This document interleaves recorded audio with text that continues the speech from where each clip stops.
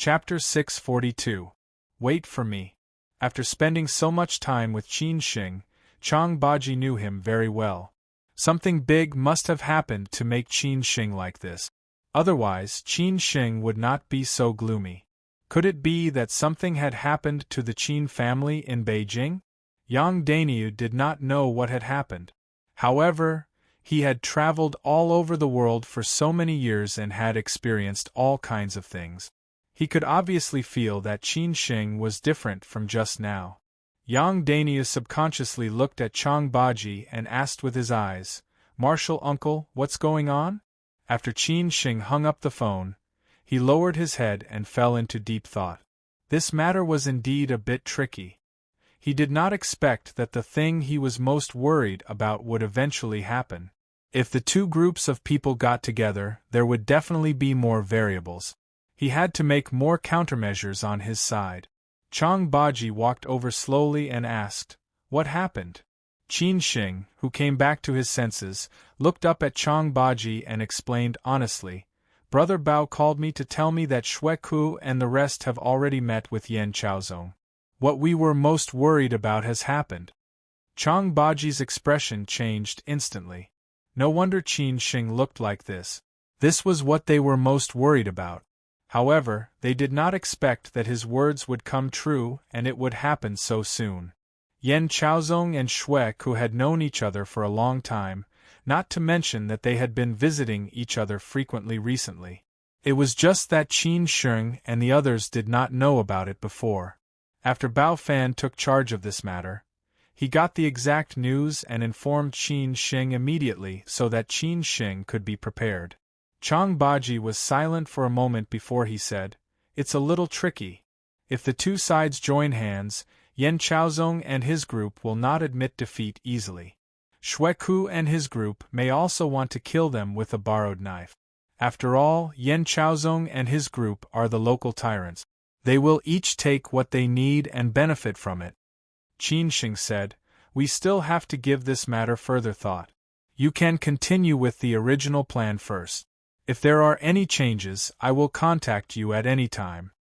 This was because he could not predict the possible consequences of this matter, but it was definitely not a good thing. He had to think carefully about what to do next. Today, his sister came back from Hong Kong to Shanghai to visit her grandmother. She should have already arrived at Ruijin Hospital.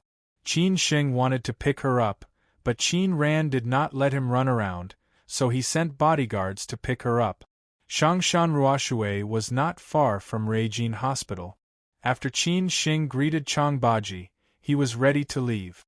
However, Chang Baji told Qin Shing that he would let Yang Dainyu work as a driver today.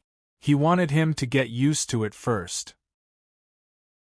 If he did not like this job, he would discuss about letting him do something else. Originally, Qin Shing had wanted to let Chang Baji settle Yang Dainyu down first. After all, where would he stay and what daily necessities he needed to buy?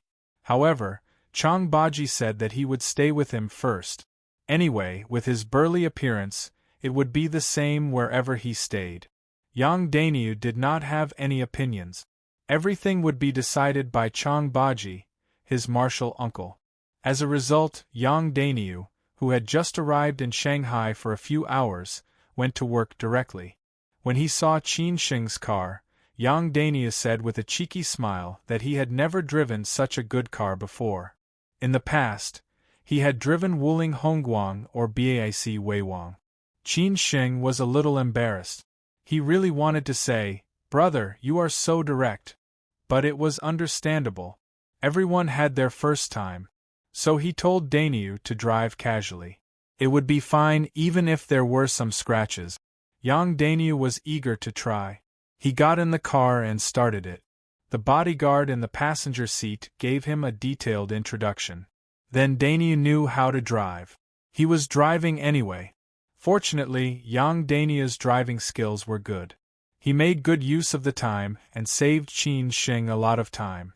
Qin Shing believed that Yang Dainyu had competed with professional racers before, but he was not too presumptuous.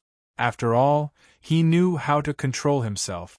After parking the car, Qin Shing asked Yang Dainyu and another bodyguard to follow him to the ward.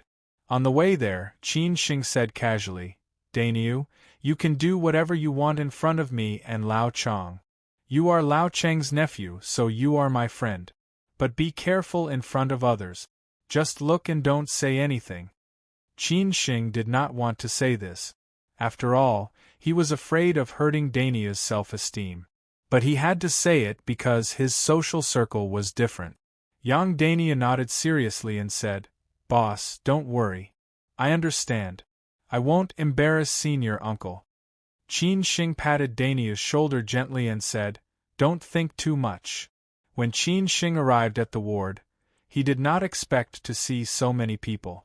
His cousin, Zhu Jiao, his cousin, Zhu Yi, and her husband were all there. His sister, Qin Ran, was chatting with Grandma inside.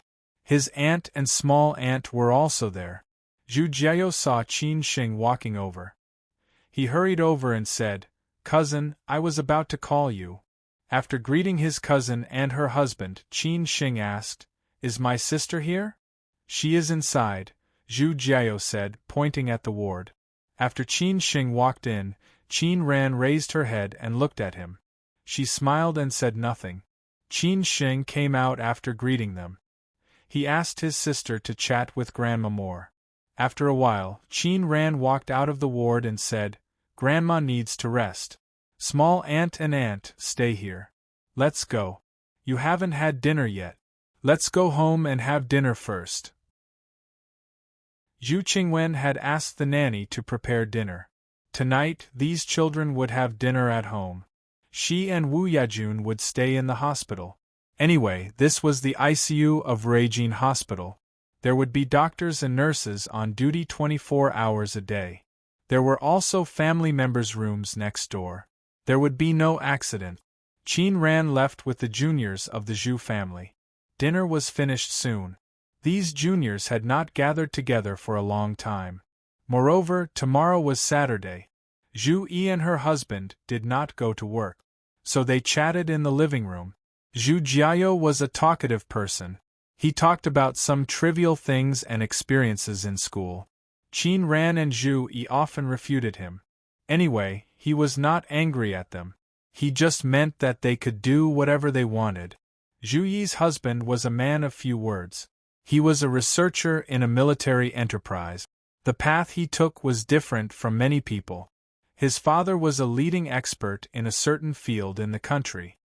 His mother was also a retired professor of Shanghai Jiao Tong University. At that time, the Zhu family agreed to this marriage.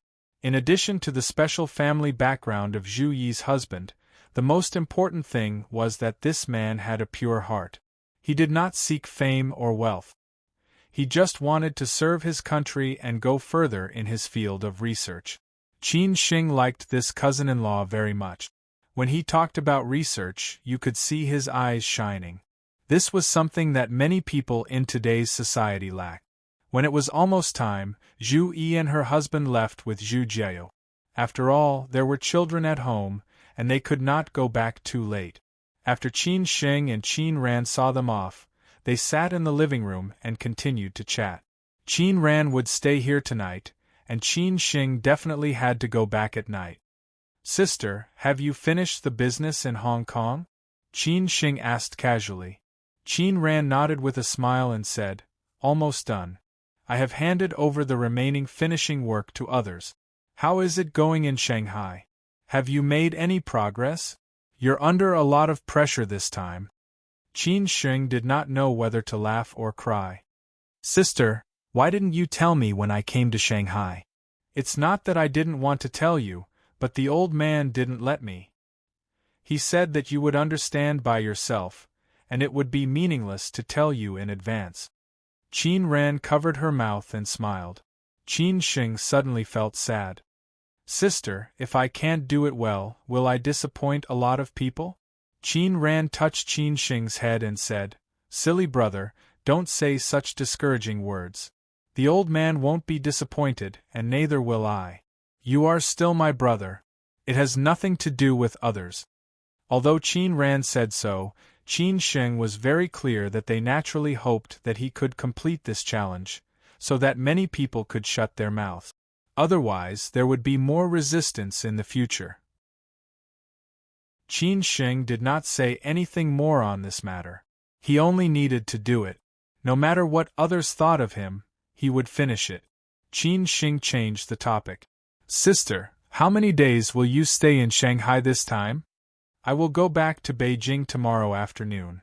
Sister, I have been promoted now, and there are still a lot of work waiting for me to deal with, Qin Ran said with a smile. Qin Sheng was a little surprised.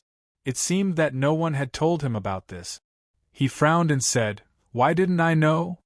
It doesn't matter whether you know about these trivial things or not. Anyway, it's all work and I'm used to it, Qin Ran said disapprovingly. Qin Sheng thought for a moment and said, Sister, wait for me. When I make them satisfied, you won't be so tired. Qin Ran's eyes turned red. This silly brother was as silly as ever, and he was like this when they were young. He always stood by her side.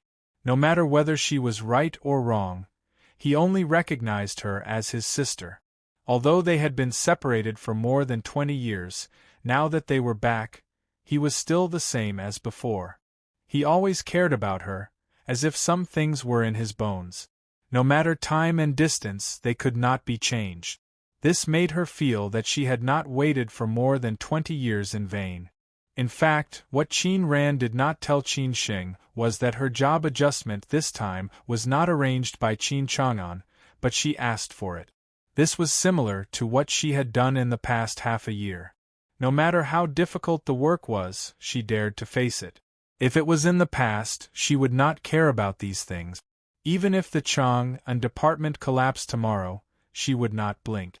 That was Qin Chang'an's business, and she would not worry about it. But now it was different. Now that Qin Sheng was back, and he would take over in the future, it was okay for her to be a little tired. In this way, Qin Sheng's pressure would be less, and it would be easier to take over. Sister and brother. God knew how many generations of fate they had cultivated together. How could they not care about each other? After talking about these trivial things, Qin Ran asked Qin Sheng to go back and rest early. She knew that Qin Sheng had been very busy recently, and he definitely had no time to accompany Lin Su because of his grandmother's hospitalization.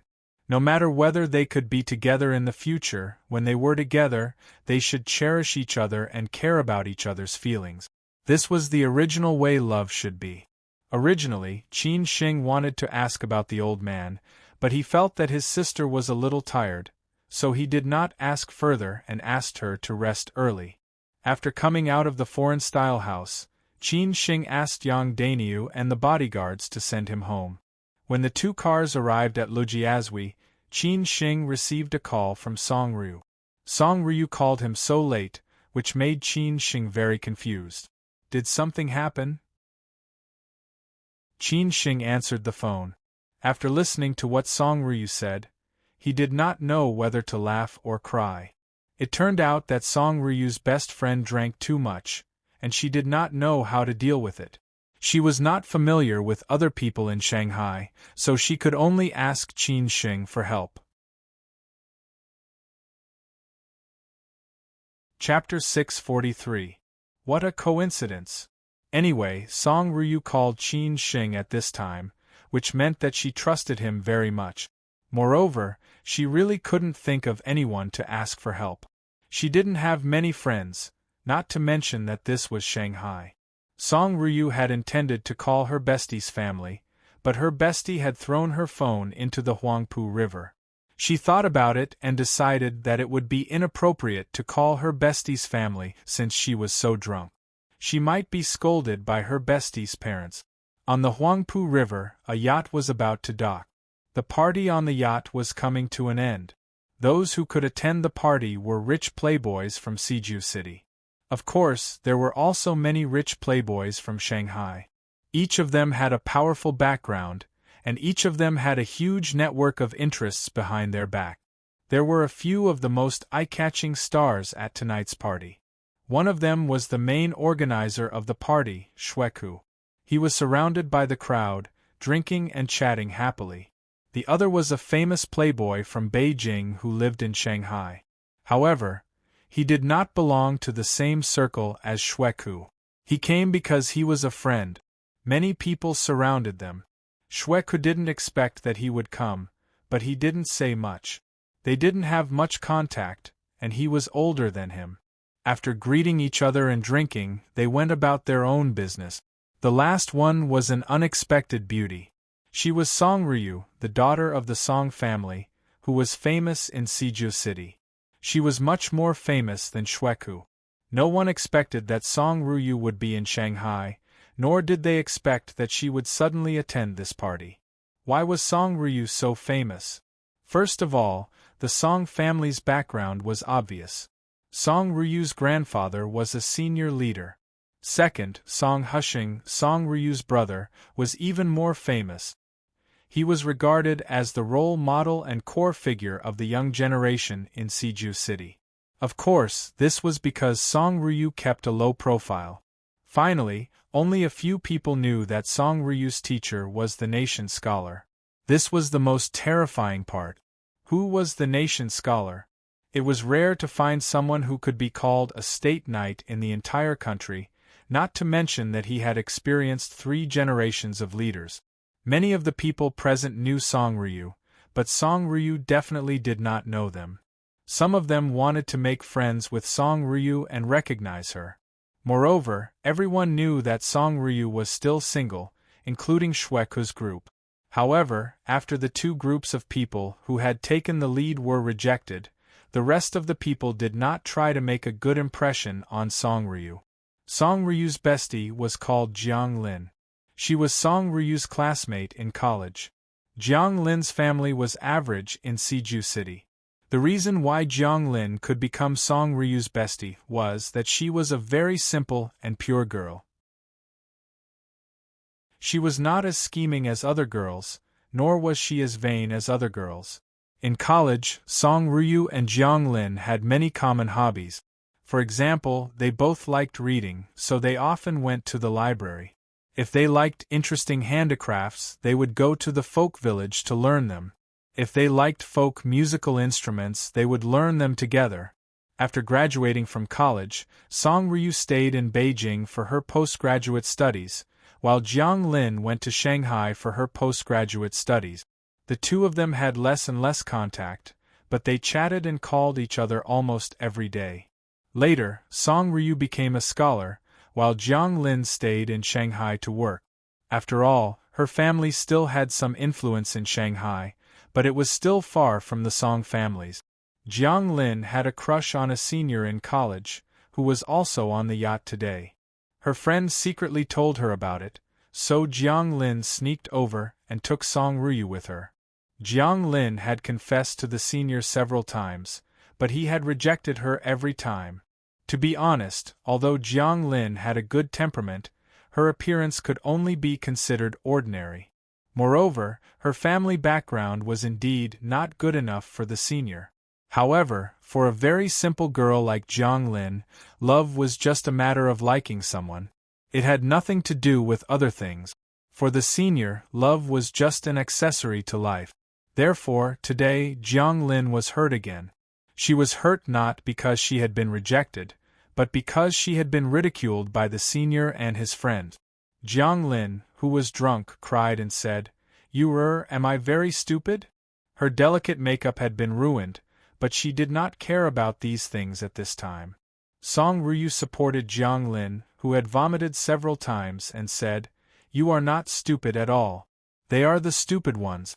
Lin, he is not good enough for you. I know you are comforting me. I understand. Can you scold me a few times to sober me up?" Jiang Lin said in a daze. Song Ryu was somewhat distressed. She could only support Jiang Lin and comfort her. At the same time, she held water in her hand to help her sober up. Now, she only hoped that the yacht would dock as soon as possible and send Jiang Lin to rest. Only when she fell asleep would she not think about anything else. When she woke up, it would be a new day. On the other side of the yacht, the men and women here were drinking and chatting merrily.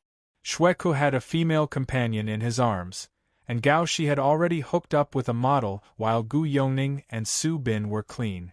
Shweku looked at Song Ryu and Jiang Lin and said, "Old Gu, this time you have offended the eldest daughter of the Song family. In the future she may make things difficult for you. Song Hushing is not someone we can afford to offend." Gu Yongning was having a headache. He had been annoyed by this woman for several years. Who would have thought that he would meet her again this time? He did not expect that she would be Song Ryu's friend. This time, he was in trouble. Gao Shi was also having a headache. It was Song Ryu who had humiliated Jiang Lin just now. When Song Ryu came over, she even said a few words to him, which made him so angry that he almost hit her. Fortunately, Su Bin stopped him at the critical moment. Otherwise, he would have been in big trouble. If he had hit Song Ryu, not to mention Song Hushing or the Song family, his father would definitely break one of his legs first and then ask the Song family to break the other. Therefore, Gao Shi said with lingering fear, "Bing, when we go back to Beijing, I have to ask you to be more corrupt. This time, thanks to you, I would have been in big trouble. As long as no one tells others about this, it will be fine. Song Ryu is not a petty, vulgar woman. Her realm is much higher than yours and mine," Gu Yongning said casually. However, in his heart, he was still thinking about how to save her.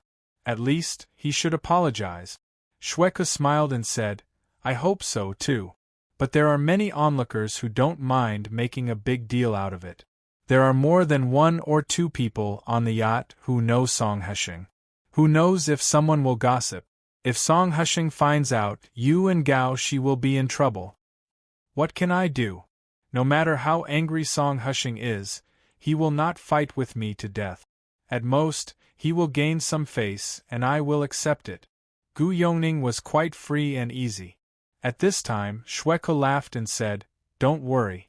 It will not be so complicated. At most, he will say a few words to me. I will help you then." Gu Yongning smiled bitterly. Tonight could be considered unlucky, with such an episode happening. The yacht finally docked. It was already late. The rich playboys on the yacht were ready to leave after saying goodbye. Song Ryu helped Jiang Lin get off the yacht. Qin Xing had not arrived yet, so they could only wait by the roadside. Song Ryu wanted to call Qin Xing and ask him how long it would take for him to arrive. However, she felt that it would be impolite to ask him for help at night. Some of Song Ryu's friends or acquaintances with Song Hushing offered to send Song Ryu home, but Song Ryu politely declined, saying that her friends would arrive soon. The others didn't insist and left after saying goodbye to Song Ryu. After Shweku and Gu Yongning's cars came out, they saw Song Ryu and Jiang Lin still by the roadside. After thinking for a while, Gu Yongning decided to stop the car. Of course, Shweku knew what was going on. He laughed and said, "Mend the pen after the sheep is lost. Aren't you afraid of making an unnecessary move?" "I don't care so much. I will make up for it as much as I can," Gu Yongning said. Shweku thought about it and did not stop Gu Yongning. He asked the female companion to stay in the car. He and Gu Yongning took the initiative to get off the car. Su Bin and Gao Shi, who were behind them, also got off. When several men got off the car and walked towards Song Ryu and Jiang Lin, Song Ryu thought that they were her brother's friends. She did not expect that they were the initiators who had made Jiang Lin drunk. Song Ryu was very sincere to her friends and approachable to strangers. However, she really disliked those she did not like and hated those she hated even more. When Shweku and Gu Yongning approached, Song Ryu said directly, "What are you doing here?" Gu Yongning said in a low voice, "Where do you live? I will send you back. Anyway, it was my fault tonight. I should not have treated Jiang Lin like that. I am worried about her." "No, my friends will arrive soon," Song Ryu refused directly. When Jiang Lin saw Gu Yongning and his friends, she immediately cried and shouted, "Go away. I don't want to see you anymore. I don't like you anymore." Song Ryu looked up at Shweku and the others and said, "Did you hear that? We don't need your help. You can leave now. Even in the face of several men, Song Ryu was still full of momentum. Moreover, she had been very polite to Xueku and the others. Xueku said in a strange tone, "Miss Song, you should send your friends back as soon as possible. We are kind enough to help you." "No, I have said that my friends will arrive soon," Song Ryu said coldly. At this time, Qin Shing finally arrived. 2 cars directly stopped by the roadside, next to Xueku's car. Yang Dainyu and several bodyguards followed Qin Shing out of the car. Qin Shing only saw Song Ryu, who was supporting her friend, but he didn't see Xueku and the others clearly, who had their backs to him. Song Ryu's friend was obviously drunk. Song Ryu couldn't stand steadily, so Qin Shing quickly walked over. Song Ryu also saw Qin Shing.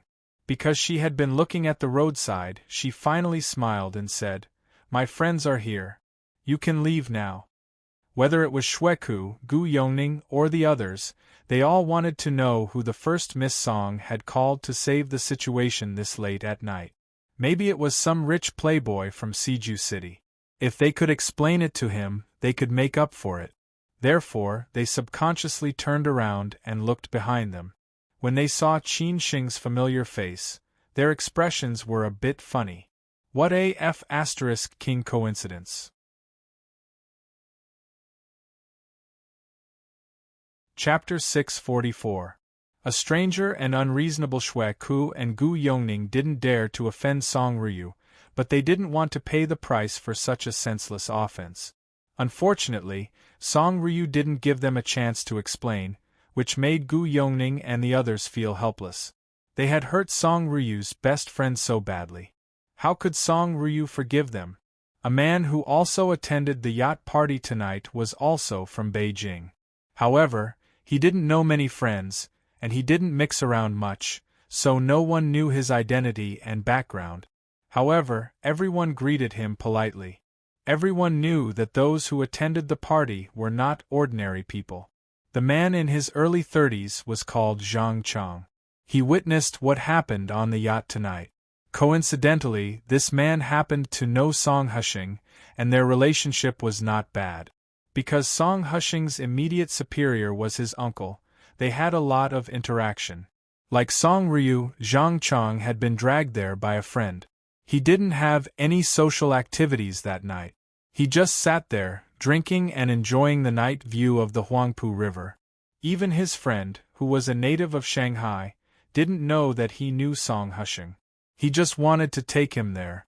It was not a bad thing to know more people. Zhang Chang didn't intend to tell Song Hushing, but he happened to see Xueku and the others surrounding Song Ryu and Jiang Lin. He could tell from Song Ryu's expression that she was obviously unhappy. Zhang Chang liked to travel, while Gugu was into literature and art, so he didn't know Xueku and the others, let alone were familiar with them. He just felt that these people were a bit too much. How could a man bully 2 girls, not to mention one of them was Song Hushing's sister? After their car passed by, Zhang Chang felt that it was necessary to tell Song Hushing. After all, Song Hushing was his sister. If anything happened to her, Zhang Chang would feel uneasy. Zhang Chang was only worried about Song Ryu. He didn't know whether those people knew about the Song family's background. Anyway, he didn't know much about the Song family. Several men bullied 2 girls. What the hell? Zhang Chang scolded angrily. Zhang Chang's friend didn't know Xueku and the others, but he had heard about Song Ryu's background from his friends tonight. He didn't want to get involved in the fight between immortals, so he didn't want to get involved. The friend replied, "It has nothing to do with us. Why are you so nosy? These people are also from Beijing. Don't you know them?" "No, I don't." Zhang Chang nodded honestly. He looked very dutiful. His friend said helplessly, Lao Zhang, what do you want me to say? You really don't know how to make use of your advantages. If I were you, I definitely wouldn't be like this. How do you want me to teach you?" Zhang Chang said angrily, "I hate that circle. It's too impetuous. That's why I came to Shanghai." I didn't expect that I would be cheated by you again. If you weren't my brother, I would have fallen out with you. All right, all right, all right, all right, all right, all right, all right, all good, all, he said. Zhang Chang was silent for a moment and suddenly asked, by the way, what are the names of those men? Xueku and Gu Yongning. I heard that they all have powerful backgrounds. Zhang Chang didn't think too much about it. He just nodded and said, I see. It seems that I have to make a phone call. His friend was surprised and asked, Who are you calling? Zhang Chang did not reply. He took out his mobile phone and dialed Song Hushing's number directly. It didn't take long for the call to be connected. Zhang Chang said directly, Hushing, I'll cut the crap and get to the point. I was invited to a yacht party by my friend in Shanghai. I didn't expect to meet your sister here. She seems to be bullied. Call her and ask her what happened. In Beijing, Song Hushing, who was studying a new policy document in his study, was a little surprised when he received the phone call. After all, Zhang Chang seldom called him, although they had many topics to talk about. But after hearing Zhang Chang's words, Song Hushing was furious. He stood up abruptly and restrained his anger. Old Zhang, do you know who bullied my sister? Song Hushing asked in a gloomy voice. Old Zhang, who bullied my sister? Song Hushing didn't question why Zhang Chang didn't help. He knew Zhang Chang's character very well. He was the kind of person who didn't want to worry about anything. Zhang Chang was already thanking the gods for calling him. Zhang Chang replied directly, My friend said that the guy's name is Xueku and Gu Yongning. He is also from Beijing. Do you know him? Song Hushing didn't have much hope. He was ready to find a way to contact his friend, but he didn't expect that Zhang Chang would give him the name of the initiator. Xueku and Gu Yongning? Good, very good. You've grown up and even dare to bully our Song family. Let's see what you're capable of. Although Song Hushing wasn't familiar with them, he knew who they were. He sneered and said, Zhang, thank you. I got it. You don't have to worry about the rest. After that, Song Hushing hung up and was ready to call his sister Song Ryu. Anyway, the most important thing was to make sure that his sister was fine. After Zhang Chang hung up the phone, he finally felt much better. However, his friend next to him was shocked and asked carefully, Zhang, who did you call? Zhang Chang didn't understand why his friend was like this. He frowned and said, Song Ryu's brother, Song Hushing. I know him. I can't just let him know that someone bullied his sister. Zhang Chang didn't like to mix in that circle, and he was not qualified to enter the higher circle. Therefore, he didn't know Song Hushing's status among the people in Siju City. However, his friend had heard a lot about Song Hushing. Although he had guessed the identity of the person on the phone, he was somewhat uncertain. After all, how could Zhang Chang know Song Hushing? However, after getting Zhang Chang's definite answer, his friend trembled and said, Zhang, damn it. We're in big trouble this time. On the roadside outside the North Bund, no one knew about such an episode. Of course, it had nothing to do with Qin Sheng. However, if Xueku and Gu Yongning knew about it, they would kill Zhang Chang. How could Song Hushing know about it so soon? However, at this time, no matter Qin Sheng, Xueku and Gu Yongning, no one could care about other things. No one expected that they would meet here by chance, which was also the first time they met officially. Interesting, really interesting. As opponents, they knew each other well. However, after all, it was the first time they met each other. They had to put on an act. They couldn't just fall out with each other, otherwise it would be difficult for them to deal with later. Xueku whispered, Damn it. I'm so unlucky tonight. I really didn't check the almanac before I went out. I really didn't expect it to be him, Gu Yongning said, squinting. At this time, those rich playboys were all focused on Qin Sheng and had long forgotten about Song Ryu and Jiang Lin. After all, they came to Shanghai this time to make trouble for Qin Sheng, but they didn't expect to meet him so soon. Of course, they also wondered why Qin Sheng was invited by Song Ryu. It seemed that the two of them had a special relationship. However, after thinking about it, it seemed that there were some rumors in the outside world that the relationship between Qin Chang'an and the Song family was not ordinary. It seemed that there was indeed such a relationship. Then the relationship between Qin Sheng and Song Ryu could be explained. Xueku didn't intend to hide it. Even if he was facing Qin Sheng, he had nothing to be afraid of. He looked at Qin Sheng and said directly, "Oh, I didn't expect that Miss Song's friend would be the young master of the Qin family." Qin Sheng frowned slightly and said, "Do we know each other?"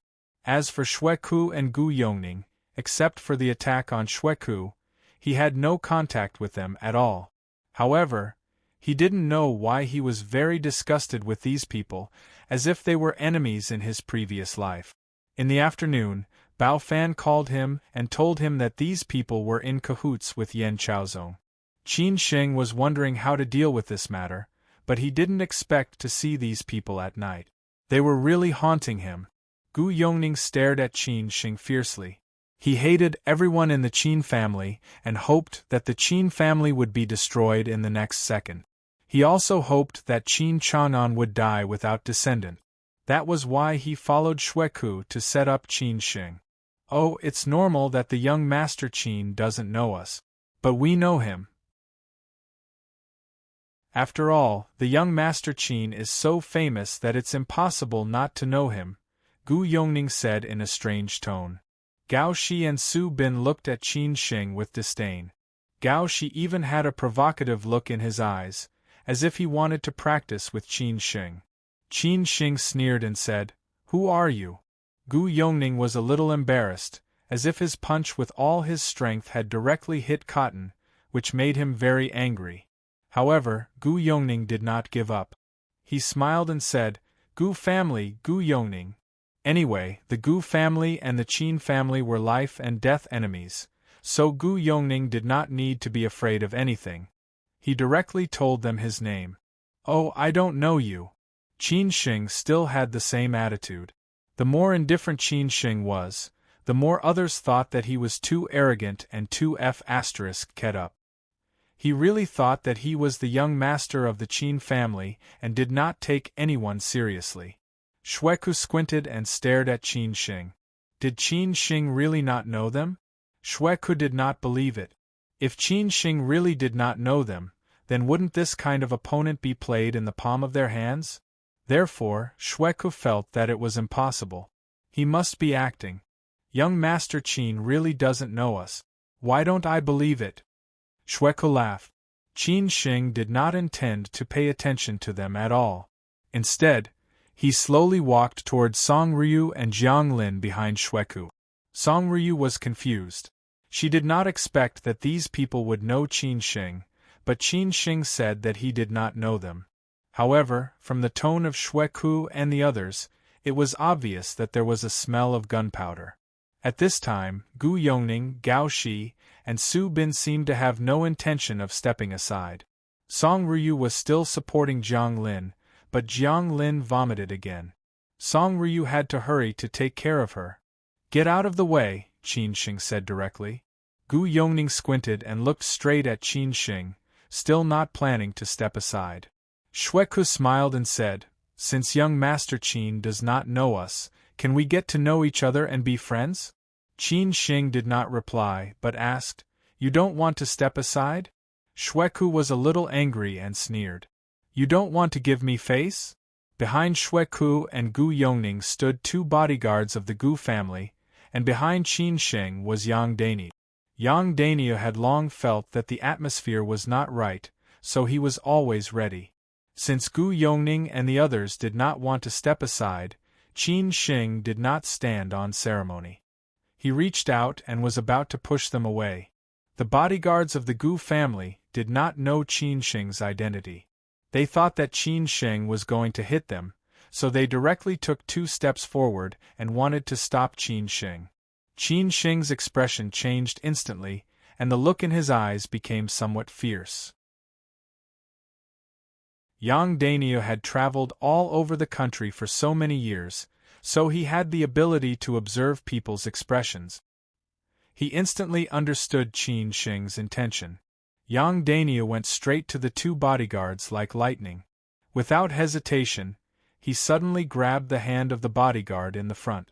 Before the bodyguard could react, Yang Daniu had already thrown him over his shoulder. The other bodyguard didn't expect that Yang Daniu would attack him directly. He didn't wait for Gu Yongning to speak and subconsciously wanted to fight back. Yang Daniu casually dodged his punch and then lifted his knee to hit the bodyguard's chest. Then, he took the opportunity to hit the bodyguard's chin with an uppercut. The remaining bodyguard was dealt with quickly and easily. Yang Daniu's move seemed very simple, but his strength was overwhelming. The bodyguard was not a match for him at all.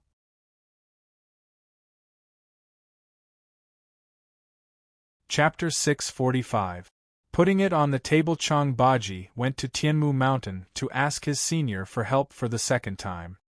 His senior, who had lived in seclusion for many years, could ask his most valued disciple, Yang Daniu, to come out and help him. Moreover, Chang Baji had already tested Yang Daniu's strength when he made a dazzling appearance this afternoon. Qin Shing was present at that time. Based on his understanding of Chang Baji's strength, this Yang Daniu, who had made a wild and dazzling appearance, was definitely not an ordinary person. He could force Chang Baji to almost use his full strength. Most importantly, Qin Shing still didn't know how strong Yang Daniu really was. Did he hide his strength in the afternoon? Therefore, Qin Shing didn't worry at all. Would there be any accidents if he only took Yang Daniu with him tonight? Yang Daniu was more than enough to deal with the ordinary bodyguards of the Gu family. Since they were so arrogant, Qin Shing wasn't afraid to teach them a lesson. Anyway, they were rivals now, and they already knew each other. Xueku and Gu Yongning wanted to put on a show, but Qin Shing didn't even let them do it. Once they shed all pretenses of cordiality, some things would have to be put on the table. If Xueku and the others wanted to plot against Qin Shing in secret, they would have to pay a higher cost and price. Yang Daniu's name matched his strength. He was so arrogant and domineering. In the blink of an eye, the two bodyguards had no chance to fight back and were directly taken down. However, Yang Daniu didn't know who they were. Uncle Chang had already told him to protect Qin Shing. Since they dared to stand in Qin Shing's way, he would directly beat them up. No one had expected Qin Shing to fight without saying a word. Moreover, they didn't expect the man behind Qin Shing to be so powerful. Why didn't they know about him before? What was more unexpected was that the two bodyguards of the Gu family were so useless that they were no match for him at all. They were defeated in the blink of an eye. This man seemed to want to beat them up. Xueku and the rest couldn't help but take 2 steps back. It wasn't that they were afraid of being beaten up, but that they couldn't afford to lose face. Song Ruyu, who was taking care of Jiang Lin, also didn't expect this to happen. It was beyond her expectation. Why did they fight? She regretted calling Qin Shing. However, Song Ruyu was very smart. She knew that Qin Shing wasn't an impulsive person. If there was no inside story, he wouldn't do this. Therefore, Song Ruyu didn't say anything or intervene. She just let Qin Shing take the lead. Fortunately, when Yang Daniu was about to continue his attack, Qin Shing directly pulled him back and signaled him to stop. Yang Daniu glared at the men in front of him for a while and then stepped back. After Yang Daniu left, the rest of the people heaved a sigh of relief. However, none of these rich playboys from Siju City could swallow this humiliation. Gao Shi took the lead and said, "Qin Shing, what do you mean by this?" Gao Shi originally wanted to scold Qin Shing, "What the f***ck do you mean?" But in the end, he held back. He did not want to offend Qin Shing like this. Xueku gritted his teeth and said, "First, young Master Qin, you're really awesome. I've seen it with my own eyes today. I've learned a lot from you and I'll remember it." It was the bodyguard of the Gu family who had been beaten up. Gu Yongning felt the most humiliated. He gritted his teeth and said, Young Master Qin is really impressive. You really look down on everyone. I've seen it too. At this time, Qin Shing explained with a smile, I'm sorry. My subordinate is insensible and offended you. I'll teach him a good lesson later. Please forgive me for offending you. Shweku sneered and said, Interesting, young Master Qin. I didn't expect that this is how you make friends. I'll publicize it later. Qin Shing said politely, Thank you in advance. Shweku was so angry that he couldn't say anything. He was really unlucky tonight. Gu Yongning originally wanted to shed all pretense of cordiality. However, after thinking about it, he held back and thought it was unnecessary. Maybe this was Qin Shing's intention. Therefore, Gu Yongning said harshly, I hope young Master Qin can always be so impressive in the future. Shweku felt that if he stayed here any longer, he would really make a fool of himself. Should he let them beat Qin Shing up? Could he beat the man who had just attacked them? Obviously, it was impossible. Then what was the point of staying here? It was better to go back and think about it in the long run. What happened tonight was nothing. There would be a time when they would pay back. Shweku snorted and said, Let's go. Although Gao Shi and Su Bin were somewhat unconvinced, they still left with Shweku. They didn't forget to stare at Qin Shing fiercely. One day they would get even with him, new and old. At that time, they would see whether he would laugh or cry. This episode was finally over. After watching Shweku and the others leave, Qin Shing quickly walked to Song Ryu and asked, How was it? Is your friend all right? Song Ryu didn't have time to ask Qin Shing anything else. She replied, She drank too much. Send her to the hotel first. It's so late and she's so drunk. I dare not send her home. Qin Shing nodded and helped Song Ryu send Jiang Lin to the car. Then, he searched the nearest five-star hotel nearby and went to the hotel. On the way to the hotel, Song Ryu saw a few missed calls on her phone. They were all from her brother, Song Hushing. Song Ryu thought that something had happened to Song Hushing, so she quickly called him back. Song Hushing called several times, but no one answered. He was afraid that something might happen, so he quickly called his friend and asked him to find a way to contact Shweku and the others. Then, he would tell them that if anyone dared to touch a hair on his sister, he would definitely fight them to the death. Song Hushing didn't dare to tell his family. He wanted to figure out what was going on first. As soon as he hung up, he received a call from Song Ryu. Song Hushing breathed a sigh of relief. After answering the phone, Song Hushing immediately asked about what had happened. Song Ryu was surprised and asked, How did you know? Song Hushing said honestly, A friend attended your party and saw what happened. He was worried about you, so he called me to tell me. You didn't answer the phone just now. You don't know how worried I was. Song Ryu didn't want to cause trouble. Moreover, it was Jiang Lin and Gu Yongning's business. If she intervened, it would be too complicated.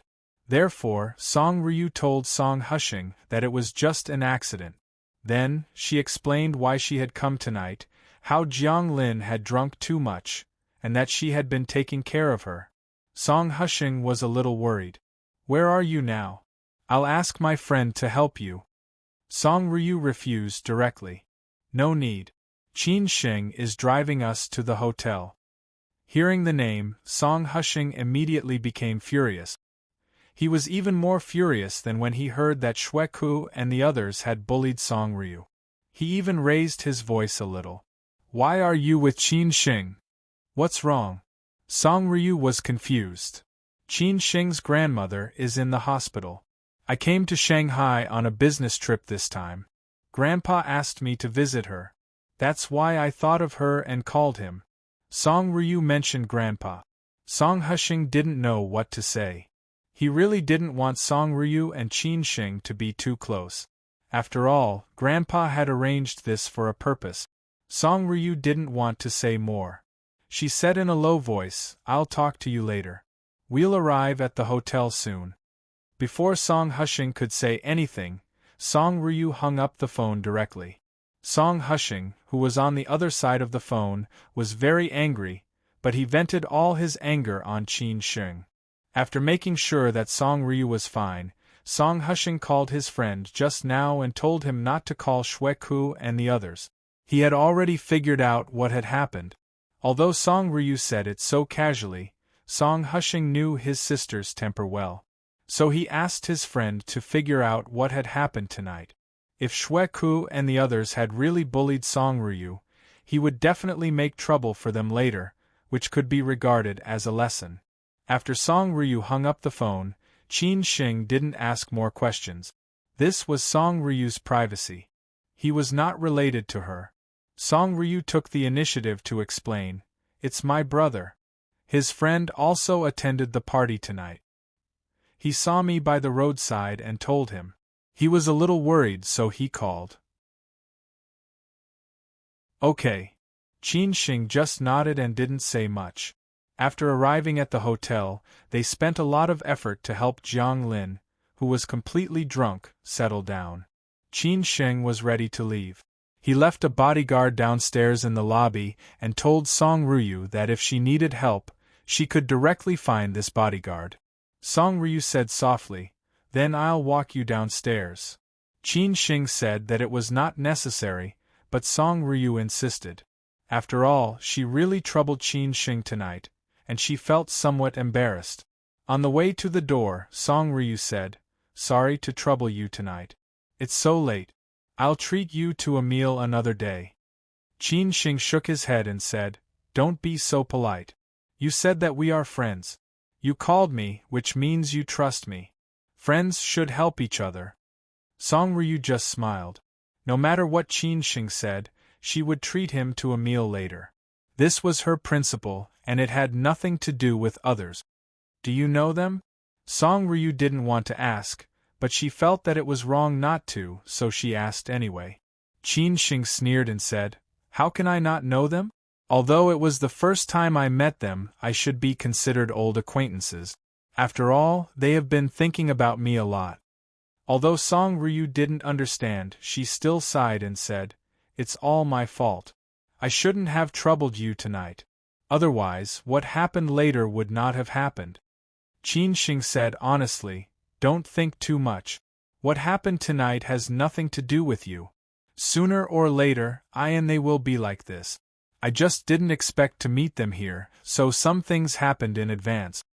Qin Sheng said calmly, but Song Ryu felt that the story should be very complicated. She didn't ask more. If she really wanted to know, she could ask others later. Song Ryu raised her head and said with a smile, "Okay, I believe you can handle it well." Qin Sheng laughed. Although it was a bit troublesome tonight, he still gained something. Not only did he give Xue Ku a show of strength, but he also put the fight between them on the table. Next, he had to think about the next step.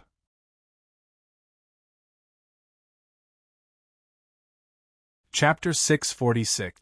Taking the initiative. Since Xue Ku and Gu Yongning had already met with Yan Chaozong, Qin Sheng could naturally infer that these two groups of people had colluded with each other. Who knew when they had hooked up?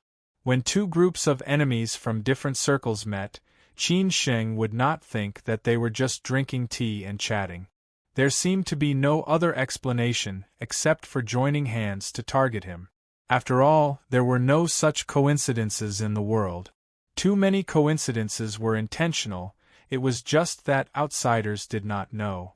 Therefore, since Qin Sheng had met Xue Ku and Gu Yongning tonight, after considering some of the logic behind it, he decided to make a big deal out of it and magnify their conflict.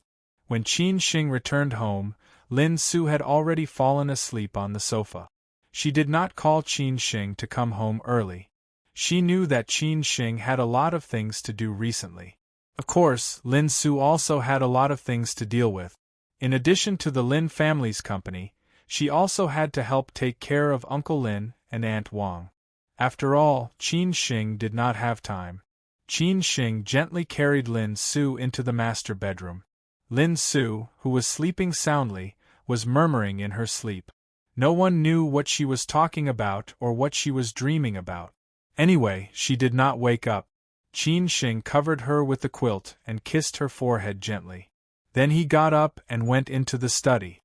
He wanted to deduce the environment he was in, predict any possible situation, and then come up with corresponding countermeasures. This time, he wanted to prepare for the worst. First of all, if something really happened to the Qin family, and then if the Zhu family really did not intend to help, then what would be the direction of everything? What would be his final situation? This night, Qin Shing was very energetic and did not feel sleepy at all. It seemed that all the pressure had turned into fighting spirit. No matter how confused the road ahead was, there would be a time when he rushed out of it. In the morning, when Lin Su woke up, it was already 7:30. Lin Su vaguely remembered that she seemed to have slept on the sofa last night. Why did she wake up in bed? There was only one answer.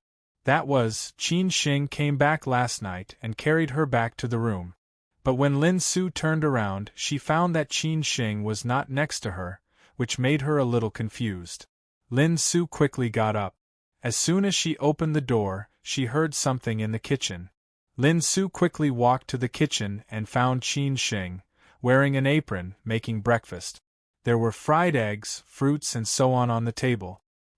He saw Lin Su, who had woken up at some point, standing not far away from him. He smiled and teased her. "I just made breakfast and was about to wake you up. You're already up. Are you hungry?" Lin Su's eyes lit up. Lin Su did not say anything. She just pouted and ran to Qin Shing. Then, she hugged Qin Shing tightly and pressed her face against his chest like a spoiled little girl. Qin Shing patted Lin Su's shoulder and said, all right, what's going on? Go take a shower and change your clothes. You still have to go to work after dinner." Lin Su muttered, "When did you come back last night? Why didn't you wake me up when you came back?"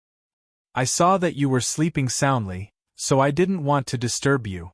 You must be exhausted recently," Qin Shing explained with a smile. He felt somewhat guilty about Lin Su. He had promised Lin Su to go back to Ningbo to pay respects to his mother, but he had postponed it. He had promised Lin Su to visit second Uncle Lin, but he had no time, let alone care about Lin Su's work. "I know you are worried about me. Go and take a shower."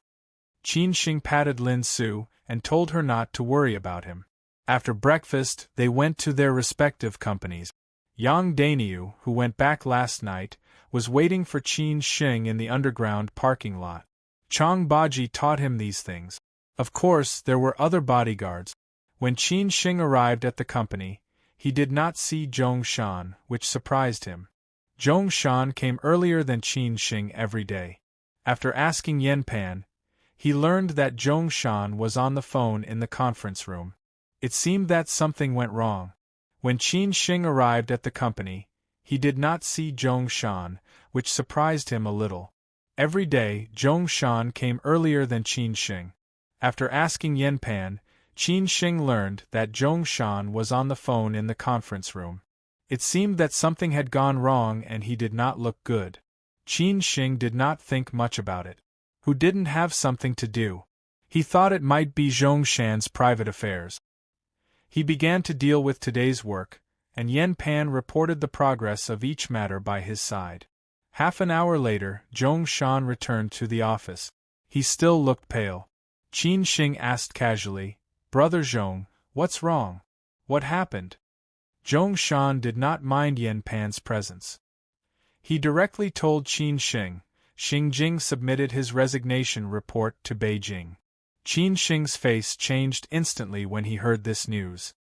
He did not expect that what Zhong Shan was worried about was this bad news. Basically, Xing Jing had been internally designated as the second-in-command of the new company after the reorganization. After Qin Shing left Shanghai, Xing Jing would be fully responsible for the new company. Moreover, Qin Shing still needed Xing Jing's help to participate in the reorganization. Now, Xing Jing had resigned. What the hell was he supposed to do? Qin Shing frowned and asked, "Is there no way to save it?" Zhong Shan said truthfully, "I don't know who is in charge of this matter in Beijing.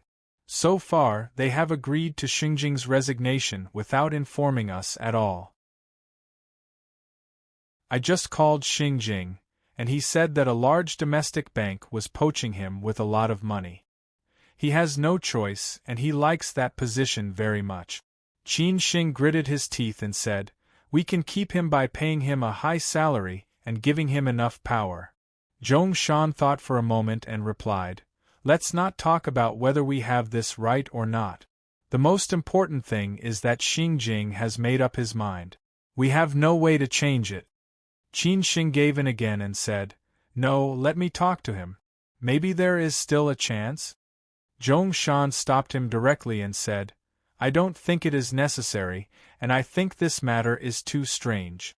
Xingjing's resignation was too sudden. When I talked to him during this period, he did not show any signs of resignation at all. Moreover, he was full of expectations for the new company and said a series of ideas. He suddenly resigned, and the people in Beijing agreed without hesitation. I don't believe that there is no ghost." Zhong Shan's analysis made Qin Xing seem to understand. He asked, "What do you mean?" Zhong Shan said without hesitation, "Someone is targeting you." Qin Xing fell into deep thought, and his face was a little serious. Yan Pan had already left the office sensibly. These high-level fights were not something she could interfere with. Zhong Shan continued, "You and I are very clear that this time we went south to Shanghai to reorganize several companies in Shanghai. It is nothing more than a test for you by some people in the headquarters. It may be the board of directors, or it may be other shareholders. You will certainly not stay in Shanghai all the time. As long as the things in Shanghai are successfully completed, you may return to Beijing to take over the important task. But if the things in Shanghai are delayed for too long, who will benefit the most?" Qin Xing understood what was going on no matter how stupid he was. He replied, "Some people do not want the reorganization to be too smooth, so they deliberately make trouble. Their goal is very clear. They are either delaying the time or letting the board of directors be disappointed in me. In this way, it will be difficult for me to take over." "It is good that you understand." Zhong Shan echoed and nodded. Qin Xing frowned and said, "Who do you think it is?" "There is a mole in the group, but not exactly a mole. The background of each shareholder is unfathomable. If something really happens to Master Qin, and you can't take over, then only these shareholders will benefit." Zhong Shan was not sure who it was, but he still knew about these things. Qin Xing squinted and said, "I understand. I am very surprised that Master Qin doesn't care about these things?" Zhong Shan asked very doubtfully. Qin Xing did not rush to answer. He got up and walked to the floor-to-ceiling window. Looking at the prosperous Lujiazui financial district, he sighed and said, "Maybe he wants to see how my ability is and whether I can successfully complete the task under such conditions. Maybe he is willing but unable." Zhong Shan was silent for a moment and said in a low voice, "Let's not talk about this now. Don't think too badly about it. Although Xingjing resigned, we still have other backup candidate. But we must catch Xu Yong. If something happens to Xu Yong, then we will be in danger." Qin Xing agreed with Zhong Shan's words and immediately said, "You call Xu Yong now and ask him to meet. I will treat him to dinner tonight." "Okay, I will call him now." Before the first wave subsided, another wave arose. It seemed that there was a big net being woven in the dark, and Qin Xing might be the prey, or the prey might be the whole Qin family. The Qin family situation had to be considered, and the task in Shanghai had to be completed. Then how should he deal with the new hatred and old hatred? Qin Xing had to make a choice. Yan Chaozong definitely had to take action. But Yan Chaozong had brought Xueku and Gu Yongning with him. At the same time, he had formed an alliance with Third Master Wu. What should he do? In that case, there was only one choice, which was to break their alliance and divide them from the inside. This would give him a chance to benefit from it. Xueku and Gu Yongning could not do this. They did not fall for this trick at all. He did not have enough bargaining chips and interests to tempt them. Therefore, Qin Shing set his target on Third Master Wu. If he took a step back, he would be in a better position. At least he had to make concessions now. Otherwise, things would become more and more difficult. Therefore, Qin Shing chose to take the initiative and talk to Third Master Wu. At least he had to stabilize Third Master Wu. Since he had made up his mind to make concessions, Qin Shing immediately called Chang Baji and asked him to confirm whether Third Master Wu was still in Shanghai. They would take the initiative to find Third Master Wu. In the swimming pool of the W Hotel on the Bund, Xue Ku and Gu Yongning were swimming. Gao Shi and Su Bin were still sleeping. Their swimming skills were not bad. They had already swum for a kilometer, and it seemed that they were not satisfied. No one knew when Yan Chaozong arrived. Xue Ku and Gu Yongning said that they had something to talk to him about. They seemed to be in a hurry. Yan Chaozong had to put down his company's affairs and rush over. Fortunately, he was not far away. After Yan Chaozong arrived, Xue Ku and Gu Yongning came up. They drank and chatted with Yan Chaozong. Xue Ku went straight to the point. "Do you know who we met last night?" "Except for Qin Shing, I can't think of anyone else," Yan Chaozong replied very directly. Gu Yongning was very surprised. "You can even guess this?" "I don't need to guess. If it was someone else, you don't need to ask me," Yan Chaozong said truthfully. His logical thinking ability had always been very strong. Xue Ku said directly, "Don't mention it. Let me tell you directly. Last night was really King unlucky. First, we offended the eldest miss of the Song family. Later, we met Qin Shing. We were threatened by him and almost got into a fight." "Tell me in detail," Yan Chaozong said very curiously. Therefore, Xue Ku and Gu Yongning repeated everything that happened last night. After listening, Yan Chaozong frowned and said, "Song Ryu is Song Hushing's sister? How did she and Qin Shing know each other?" Xue Ku said with a smile, "Don't worry too much. The Song family and the Qin family do have some relations. However, the Song family's status is destined to not intervene in the Qin family's affairs. Moreover, people like Song Hushing will not mix with Qin Shing at all. You don't have to worry too much." "Then why did you ask me to come here?" Yan Chaozong was puzzled. Gu Yongning snorted and said, "Qin Shing is so arrogant. He did not take us seriously at all. He even hid our people in front of us. How can we swallow this?"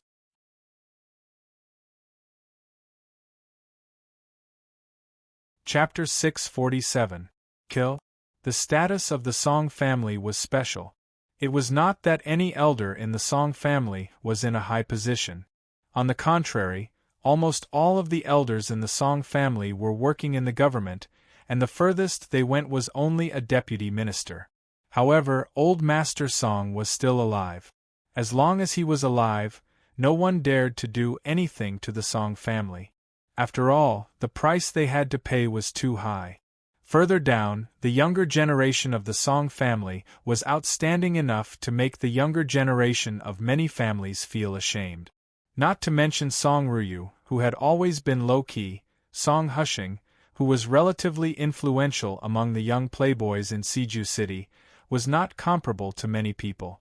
The reason why Xue Ku dared to judge that Song Hushing would not get involved with Qin Shing was that Song Hushing was too proud and arrogant. His ideal was definitely not a simple playful life, such as pursuing the so-called money and beautiful women. He had his own ambitions. Xue Ku felt that Song Hushing did not take these people seriously. How could he take Qin Shing seriously? He had heard a lot about Song Hushing. Therefore, although what happened last night, Xue Ku was not worried about anything. What he cared about most now was how to vent his anger last night. Otherwise, he would be treated as a joke, and how could he win over other allies? They would say, "Qin Shing hit someone in front of you, and you did not even dare to fart. How can we believe you?" Hearing Yan Chaozong's question, what should they do now? Xue Ku and Gu Yongning looked at each other and replied, Qin Xing has a high school classmate named Hao Lei, who has been working for him. We can't do anything to Qin Xing now, but we can't do anything to him. Yan Chaozong was quite familiar with Hao Lei. He was now on the same path as Xue Ku and Gu Yongning. As long as Xue Ku and Gu Yongning wanted to do something, he would do it. Kill him? Yan Chaozong asked. Xue Ku and Gu Yongning were stunned for a few seconds. They did not expect Yan Chaozong to be so direct. Was he deliberately trying to scare them? However, Xue Ku was still very cooperative. He said in surprise, "What the f***ck, Lao Yan, killing is against the law. You are a bit wild." Yan Chaozong said disapprovingly, "Then what should we do? If we can't kill him, he'll have to stay in the hospital for at least half a year.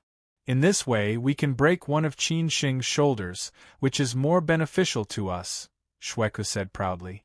"Qin Xing, you showed off in front of Miss Song last night. You have to pay the price, right? Otherwise, you'll really think that we're pushovers." Yan Chaozong thought for a while and said, "Okay, I'll make the arrangements now." Now that the matter was settled, Xue Ku changed the topic and asked, "By the way, how are your allies? As for Third Master Wu, there shouldn't be any problem. After all, my first uncle has come forward. If that old thing still doesn't know what's good for him, I will have to settle accounts with him later. As for the others, I haven't asked you yet." Speaking of this matter, Yan Chaozong had a headache. He let out a long sigh and said, "Third Master Wu is fine now. But others may need some time." Boss Yi refused him clearly. "As for the Chu family, it's far away from us. We're not familiar with each other, and they don't seem to be interested in us. I'm still looking for a chance to go to Hangzhou." Xue Ku frowned and said, "Lao Yan, you can't do this. Don't let us down." Yan Chaozong's words were somewhat harsh. The look in his eyes changed slightly, but he still held back and said in a low voice, "I'll try my best. If the Chu family really doesn't want to get involved, I can't do anything about it. However, it seems that we don't need so many allies." Gu Yongning helped Yan Chaozong and said, "Lao Yan is right. It's enough to have the Yan family and Third Master Wu. We don't change our general direction and make trouble for him. But when we finally take action, we need to wait for the news from Beijing." Xue Ku didn't refute Gu Yongning. He smiled and said, "Okay, that's it. Lao Yan, anyway, you've worked hard." Yan Chaozong laughed and said goodbye to Xue Ku before leaving. These people who were too smart and powerful couldn't be true friends after all. But it was easier to deal with these people. He just needed to make everything clear. After Yan Chaozong left, Xue Ku said in a low voice, "Xing Jing has resigned successfully. This time, it will take more time for Qin Xing to reorganize several companies of the Chang'an Group in Shanghai." Ha ha ha. Well, Pudong Development Bank has already contacted Xing Jing. They can talk about the specific time of joining and so on, Gu Yongning replied. This was what he should do. Xue Ku said happily, "We don't care about this. But Xing Jing said that Xu Yong is very capable. If we can get rid of him, Qin Xing will really be helpless." But there has been no news from Xu Yong. It seems that he is not interested in this. Gu Yongning had contacted him. After all, Xing Jing had disclosed the news. Xue Ku sneered and said, "Let's try again. I don't believe that he is so stubborn." Gu Yongning could only think of another way. But he was worried about other things. He asked very seriously, "Lao Xue, how long can the Qin family last? I can't wait to see them become a joke. After so many years of glory, it's time for them to fall." Xue Ku shrugged and said, "We can't interfere in these things. I don't know. But I guess they can't hold on for long. There are serious internal and external troubles. Unless someone goes against nature and protects the Qin family, I'm afraid that no one can save the Qin family. But I think that no one is willing to do so." Gu Yongning was bored. "Then let's continue to wait." In the office of the World Financial Center, Qin Xing, who had been almost full of negative news in the past 2 days, was a little overwhelmed. Fortunately, Zhongshan was watching over him. Without Zhongshan, Qin Sheng was afraid that at this time, it would be a mess. Throughout the morning, Qin Sheng and Zhongshan contacted and confirmed various things about the reorganization. As long as there was no problem on Su Yong's side, then the reorganization committee would be officially established. The next thing would be simple. With these professional managers in charge, Qin Sheng and Zhongshan would worry a lot less. As for other middle-level managers, Qin Sheng was not worried that they would be poached. There were so many financial practitioners in the whole country that it was very easy to find middle-level managers. But it was more difficult to find people like Xing Jing and Xu Yong. In the afternoon, Qin Sheng went to the hospital again. After visiting his grandmother, he returned to the old foreign-style house. His sister and small aunt were both there. His sister was going back to Beijing in a while.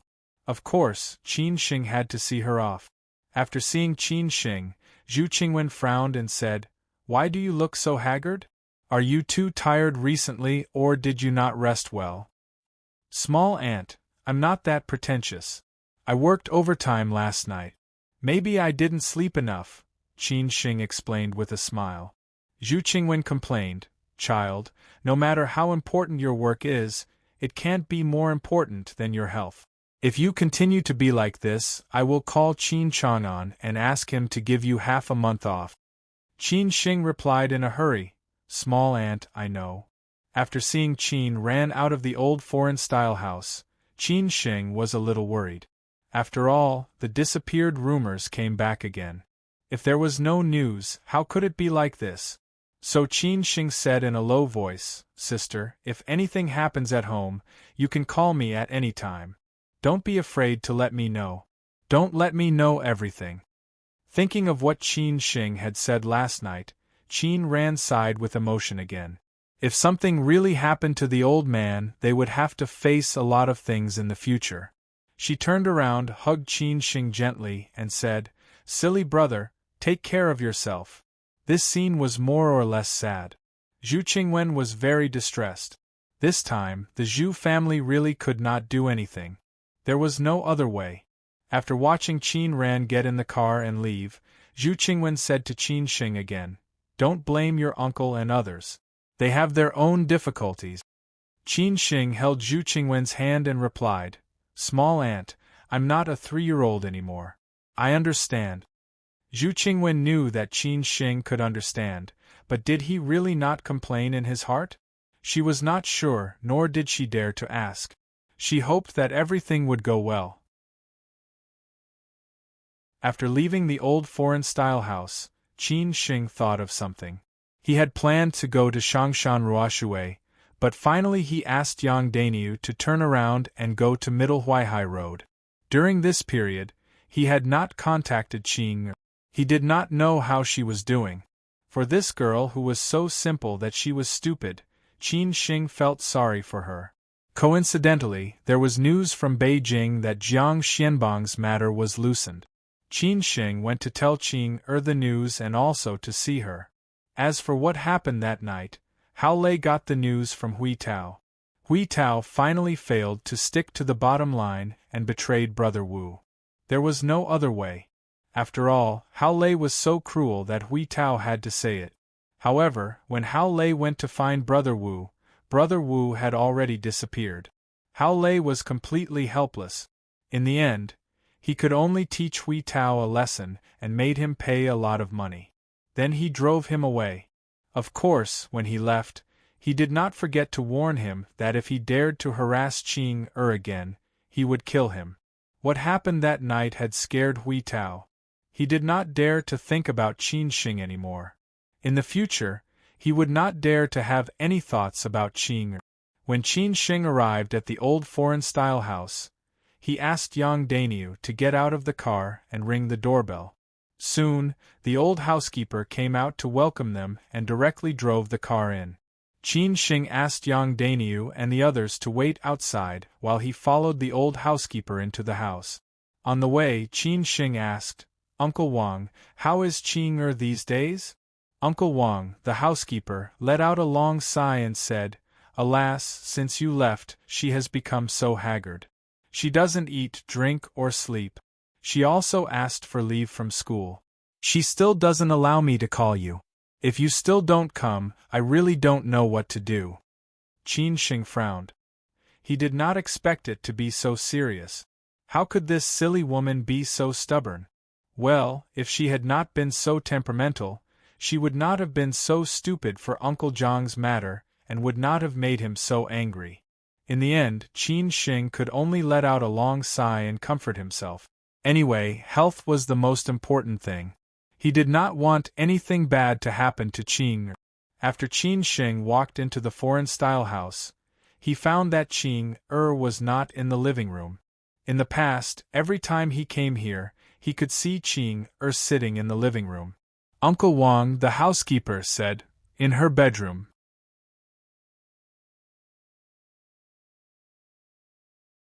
Chapter 648. A piece of good news. Qin Sheng was really angry about what happened that night. If Qing had believed him, there would not have been so many things that happened later. Not to mention the fact that Qin Sheng was set up and put in danger because of Qing and a lot of resources were used. The most important thing was that Qing almost got into trouble. Fortunately, the other side did not mess around. Otherwise, Qin Sheng really did not know how to explain to Uncle Jiang. However, during this time, Qin Sheng also understood that he could not treat Qing like an ordinary person. She was originally a little woman who had never experienced the affairs of the world. She had been growing up under the protection of Jiang Xianbang. She had never experienced the deception of the society and never cared about these trivial things. If nothing had happened to Jiang Xianbang, Qing might still be the woman who was above all worldly affairs, immersed in her own world. No one forced her to make any changes, and no one forced her to do anything she did not want to do, because Jiang Xianbang would shelter her from the wind and rain. However, one day, Jiang Xianbang suddenly got into trouble. He did not even have the ability to protect himself, let alone to protect her. He could only leave Shanghai and go abroad. At this time, Qing had to face everything alone. Those things that she had never experienced and endured suddenly all came crashing down on her. She was a woman who lived indifferently.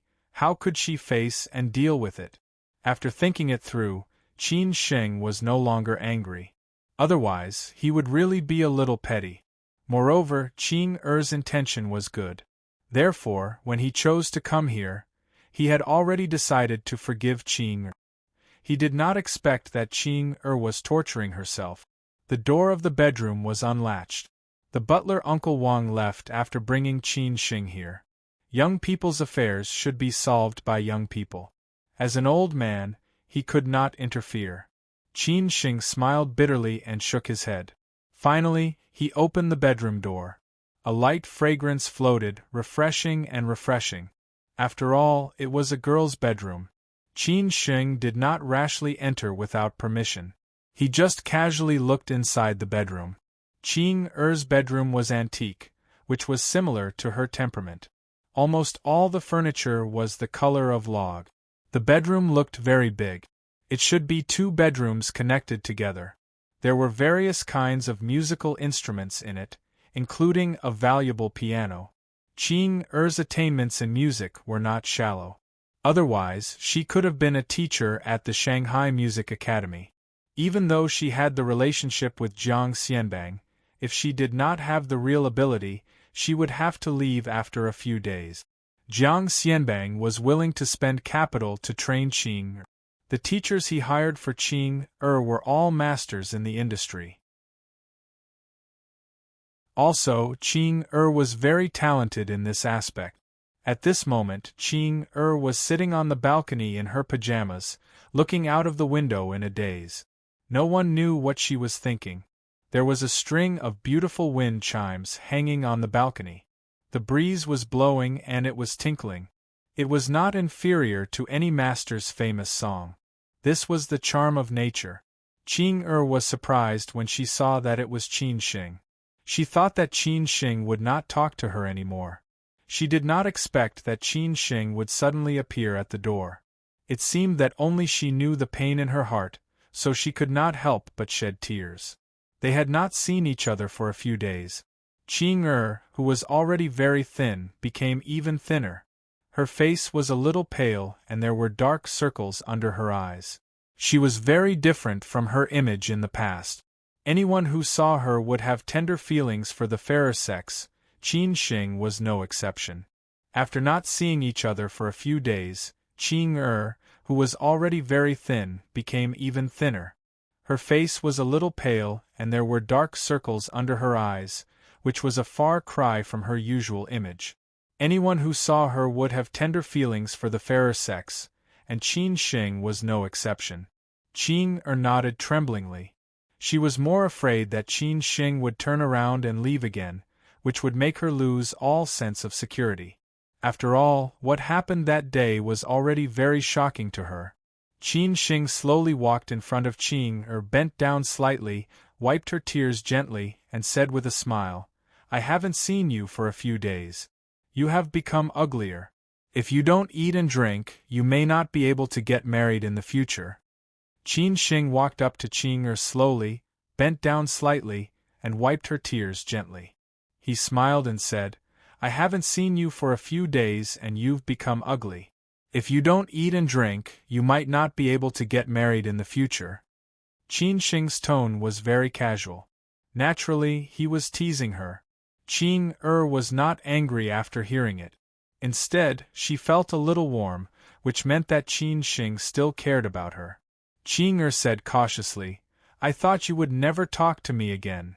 I was going to ignore you at first, but after thinking about it, I couldn't bear to, so I came to see you," Qin Shing said with a smile.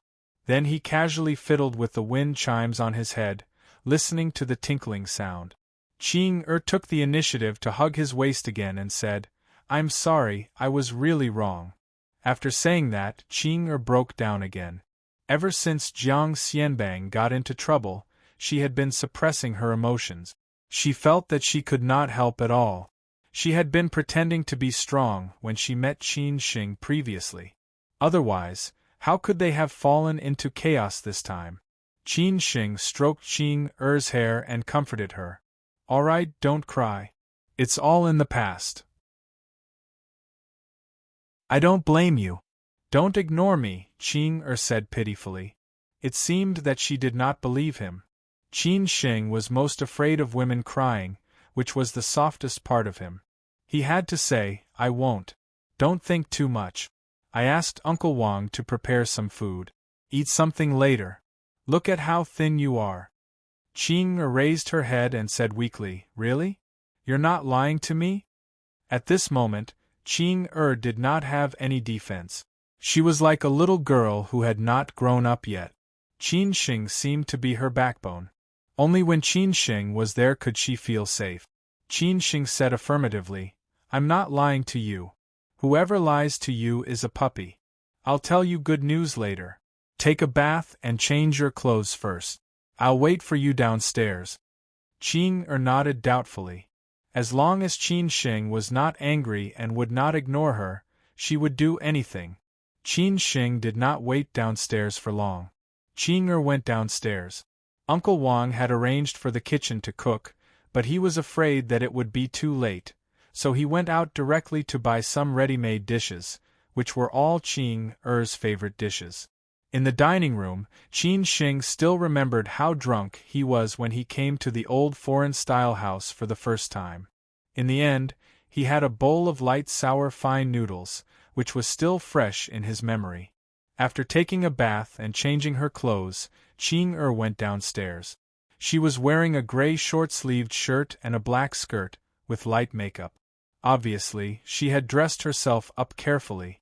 She sat in front of the mirror and looked at herself for several minutes, probably because Qin Shing said she had become ugly. At this moment, Qing was obviously more energetic.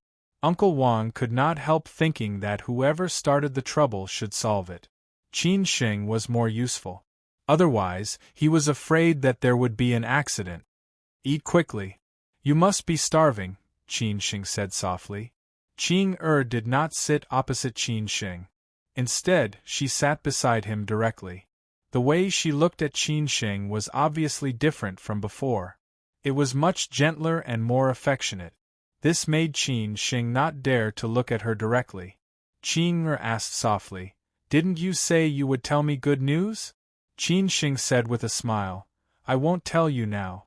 I'll tell you when you are full." Qing originally wanted to ask, but she obediently picked up the chopsticks and began to eat.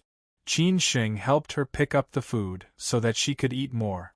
Not knowing whether she was really hungry or because of Qin Shing, she ate more on purpose. Anyway, Qing who could only eat 1 bowl of rice on normal days, ate 2 bowls of rice and a lot of food today, which made Uncle Wang very happy. After the meal, they moved to the living room. Qing asked, "Can you tell me now?" Qin Shing did not hide this time. He directly told Qing, "I have news about Uncle Jiang. He should be back at the end of this month. I will go to Hong Kong to pick him up then." "Really?" Hearing this news, Qing was so excited that she did not know what to do. Qin Shing nodded with a smile. This news was told to him by his sister. The old man had used a lot of his connections to solve this problem. At this time, the old man still cared about this matter, which meant that he really cared about it. Qin Shing knew that his sister also helped. Maybe it was his small aunt who used her connections. After all, Uncle Jiang's matter happened in the Yangtze River Delta. Compared with the old man who was far away in Beijing, his small aunt was more useful. Anyway, Uncle Jiang's matter was finally solved. As for how it was solved, Qin Shing did not care. He had completely repaid all the favors he owed Uncle Jiang.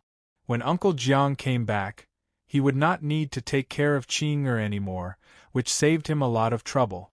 After Qing was sure that Qin Shing was not lying to her, she hugged Qin Shing again excitedly and cried again. She sobbed and said, "Thank you." Qin Shing hugged her and comforted her. It seemed that they had never been together like this before.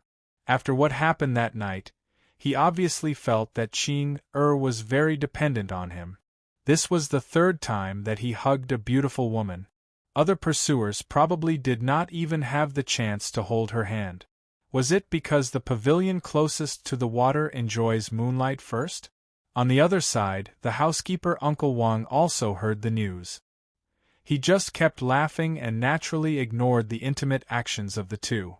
Of course, he hoped that the 2 children could be together. After a long time, Qing finally stopped crying. Women were really strange. They cried when they were happy and when they were sad. No wonder women were said to be made of water. "Uncle is finally fine," Qing murmured to herself. Qin Shing patted her shoulder and said, "All the suffering will be over, and everything will be fine again. Then we will go and pick up Uncle Jiang together." Qing looked at Qin Shing softly, as if at this moment, this man was full of infinite charm, making her fall in love with him step by step. Feeling that it was almost time, Qin Shing was ready to stand up and leave. After all, he still had some things to do at night. Qing and the housekeeper Uncle Wang walked Qin Shing to the door. The moment Yang Daniu saw Qing his eyeballs almost popped out. Suddenly, he thought of what Uncle Chang had said and immediately looked away.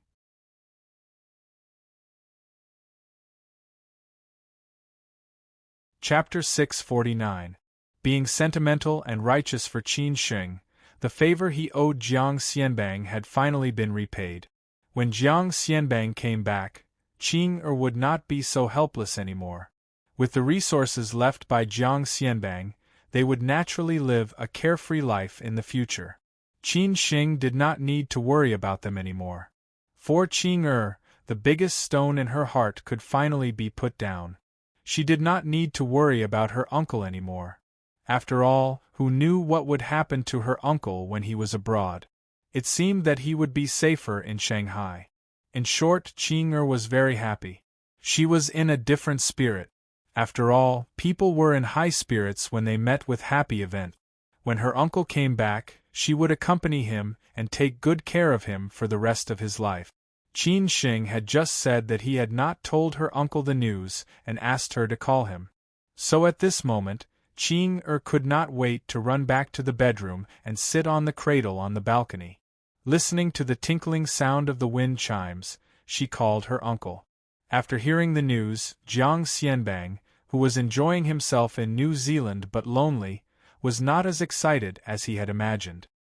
He did not know whether he had already accepted his fate or had seen through the human relationship. Jiang Xianbang said calmly, "Girl, thank Qin Sheng for me." After hanging up the phone, Jiang Xianbang let out a long sigh. It seemed that he had a lot of emotions to say, but he had no one to say them to. Of course, he knew that the Qin family must have put in a lot of effort for him. Although this was Qin Sheng's favor, he would also remember the Qin family's kindness. Jiang Xianbang thought of the afternoon at the foot of Zhongnan Mountains. Maybe at that time many things in his life had been destined. Fortunately, in the years since then, although he had some tyrannical means, he had never done anything against reason and nature, so he could have such a good end in his later years.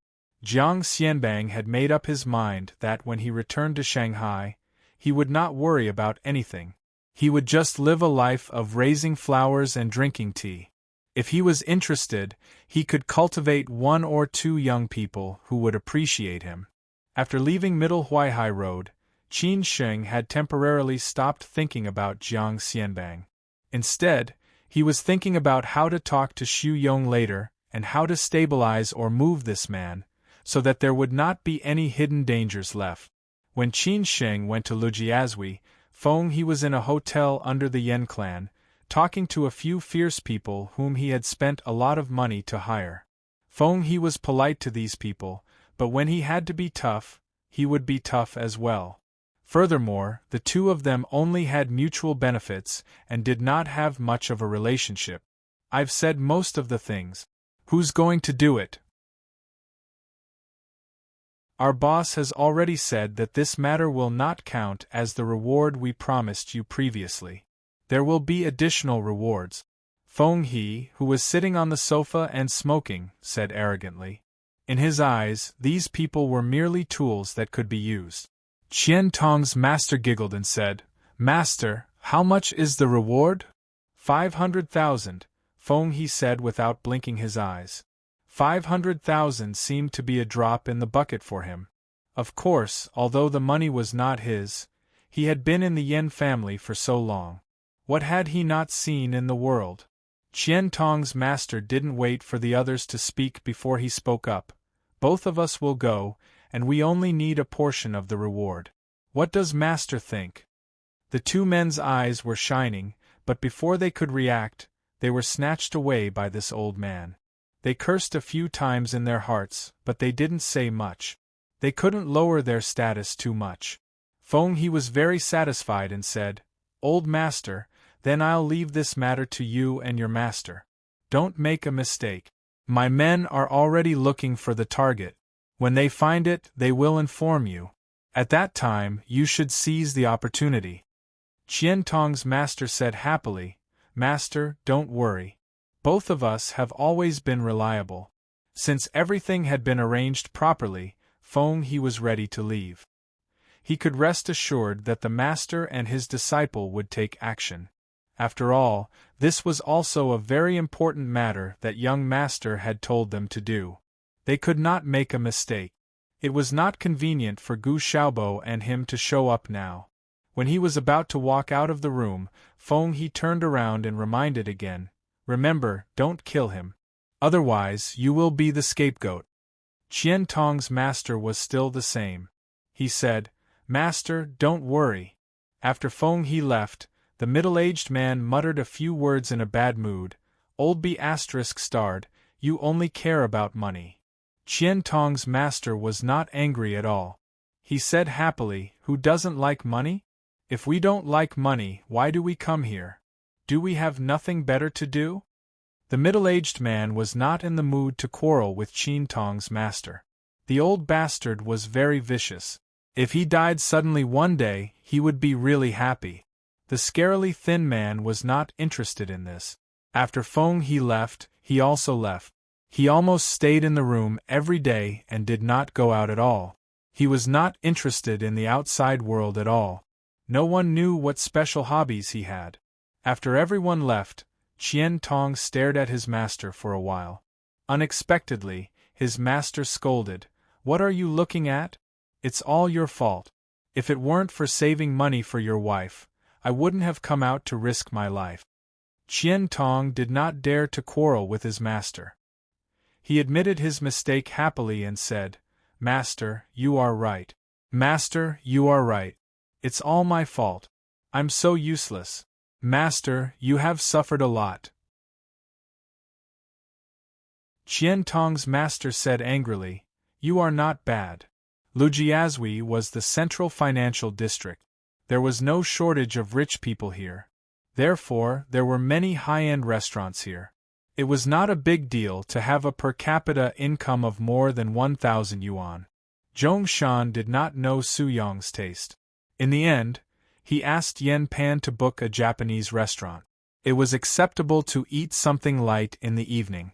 Moreover, Japanese restaurants in Shanghai were more popular. The most Japanese restaurants in the country were in Shanghai. It was no wonder that the annual big data showed that Japan was the favorite tourist destination of Shanghai people. The Japanese restaurant was on the 6th floor of a building. The decoration style was naturally Japanese.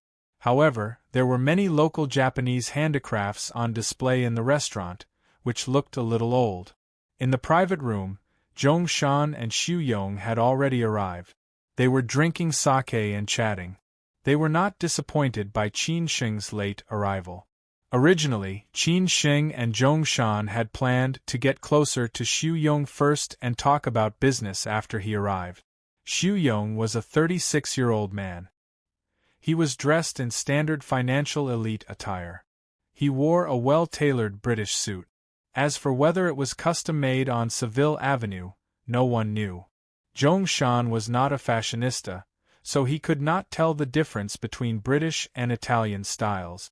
Xu Yong, who had taken off his jacket, looked particularly well-maintained. His chest muscles stretched out his shirt, and there was not a trace of fat on his belly. Not to mention, his face was angular. This was perhaps the biggest characteristic of the financial elites who returned from overseas. This was because the financial elites of Wall Street had always put fitness in a more important position. After all, if you worked hard to earn money, you had to be alive to spend it. Otherwise, you would die after earning money for a few years. Xu Yong rolled up the sleeves of his shirt, revealing a classic Lang wristwatch on his wrist. The lowest price of this wristwatch was about 250,000 yuan, but no one knew which model it was. Xu Yong, who was never short of money, was never stingy with himself. Zhong Shan looked very casual.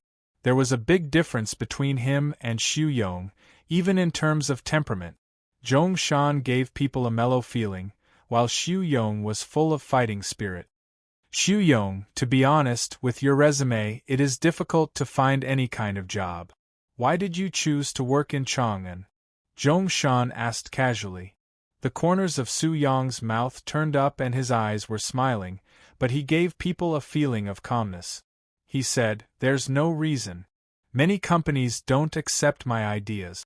At that time, only this company approved, so I came. To be honest, in this company's reorganization, we ranked all the company's executives. There are only 4 A-level executives, and you are one of them. Compared to the others, you are the only one who is not in charge of the company," Zhong Shan said with a smile. The purpose of saying these words was very obvious. It was to show that they valued Su Yong's ability. Xu Yong was very polite. "Thank you." Zhong Shan did not talk nonsense. He went straight to the point. "So, we hope you can take a more important position in the new company." Xu Yong hesitated for a moment and said, "Assistant Zhong, I know what you mean by inviting me to dinner. The news of Mr. Xing's resignation has spread like wildfire. Now there are all kinds of rumors in the company. You are afraid that I will also resign, right? Zhongshan was stunned. He did not expect that Xu Yong would be more direct than him. Did he also have this plan? At this time, the waiter led Qin Xing into the box. Qin Xing also heard Su Yong's words. His face changed slightly. He was as worried as Zhongshan. Seeing Qin Xing coming in, Zhongshan and Xu Yong stood up at the same time. Xu Yong smiled and said, "Chairman Qin." Xu Yong had already known the identity of this young man. He was the son of Qin Chang'an, the founder of the whole Chang'an group. This time he came to Shanghai for the company's reorganization, but everyone was very doubtful about his ability. They felt that he could not take on such a big responsibility. Many people were ready to jump ship. Xu Yong was a little worried at first. But after the interview and chat that day, Xu Yong felt that this young man was not like what people said. This young man was very capable, and he was also very accomplished in finance. Qin Xing smiled and said, "Brother Su, take a seat. You don't have to be so polite." After the three men sat down, they drank a few glasses of wine. After that, they chatted politely for a while. At this time, Qin Xing smiled and said, "Brother Su, I heard what you said just now. Tell me the truth. Did anyone come to you?" Xu Yong did not hide and said honestly, "Chairman Qin, to be honest, someone did come to me and offered me a very tempting bargaining chip, but I refused." Qin Xing was surprised and asked, "Why?" "Because they don't understand me," Xu Yong said slowly. Qin Xing and Zhongshan looked at each other and at the same time, waiting for Su Yong's answer. Xu Yong said slowly, "Chairman Qin, Assistant Zhong, do you know why I am willing to stay? I am a nostalgic person. Of course, I also have ideals and ambitions, but there is another very important reason." Qin Xing asked subconsciously, "What is it, Brother Su? Tell me." Xu Yong said slowly, "When I left Wall Street, I already had financial freedom. Of course, the financial freedom I mentioned is definitely within my scope. After all, the concept of financial freedom is very vague. Many people don't understand it at all." "I know." Qin Xing nodded slightly. He agreed with this point. After all, human nature was too complicated. If one could not recognize oneself clearly, many things would be vague. Xu Yong did not say too much nonsense. Instead, he said, "When I joined this company, they not only approved of my ideas, but also gave me absolute freedom. Of course, I did not let them down. But this is not the reason why I stayed. The reason why I stayed is that there are dozens of people in the department that I am responsible for. They were all interviewed or poached by me. If I leave, what will happen to these people?"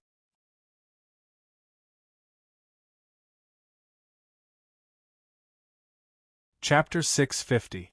Arriving quietly during the interview last time, Qin Xing knew from Su Yong's dressing style that this man was not a vulgar man who only cared about money.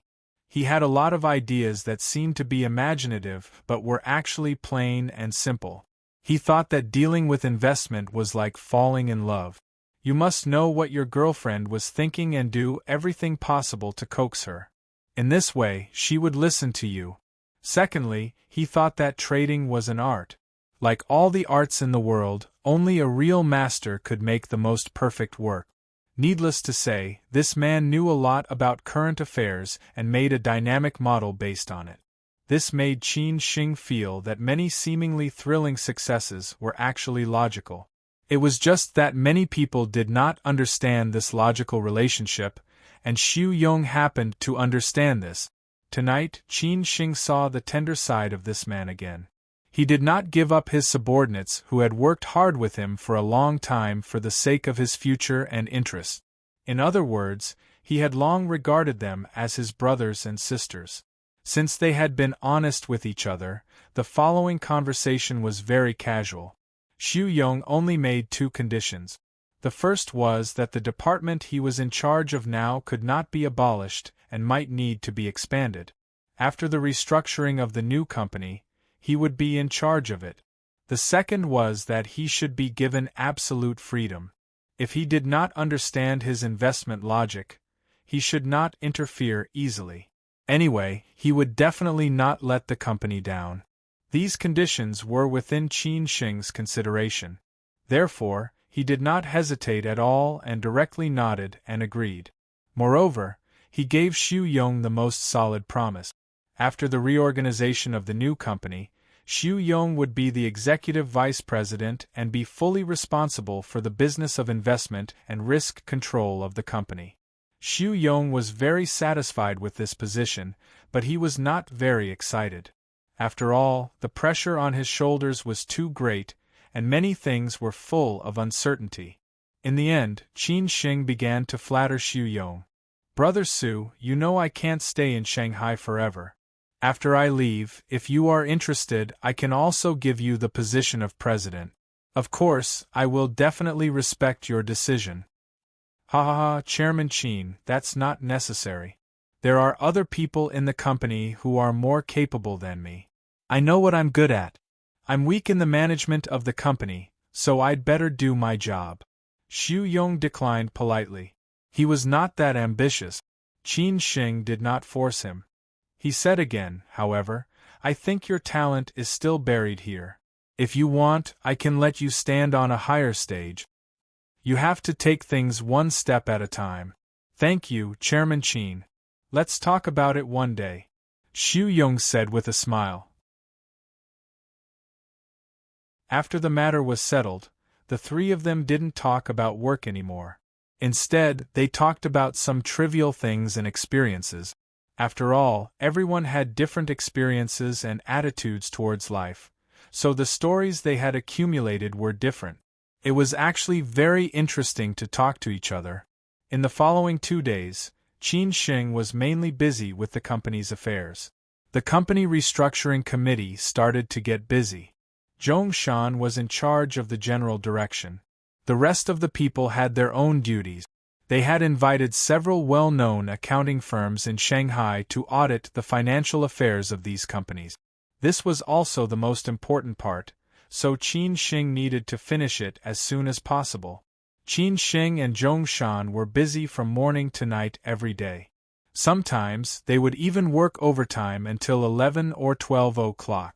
Qin Shing also took some time to go to the hospital and Shangshan Ruoshui.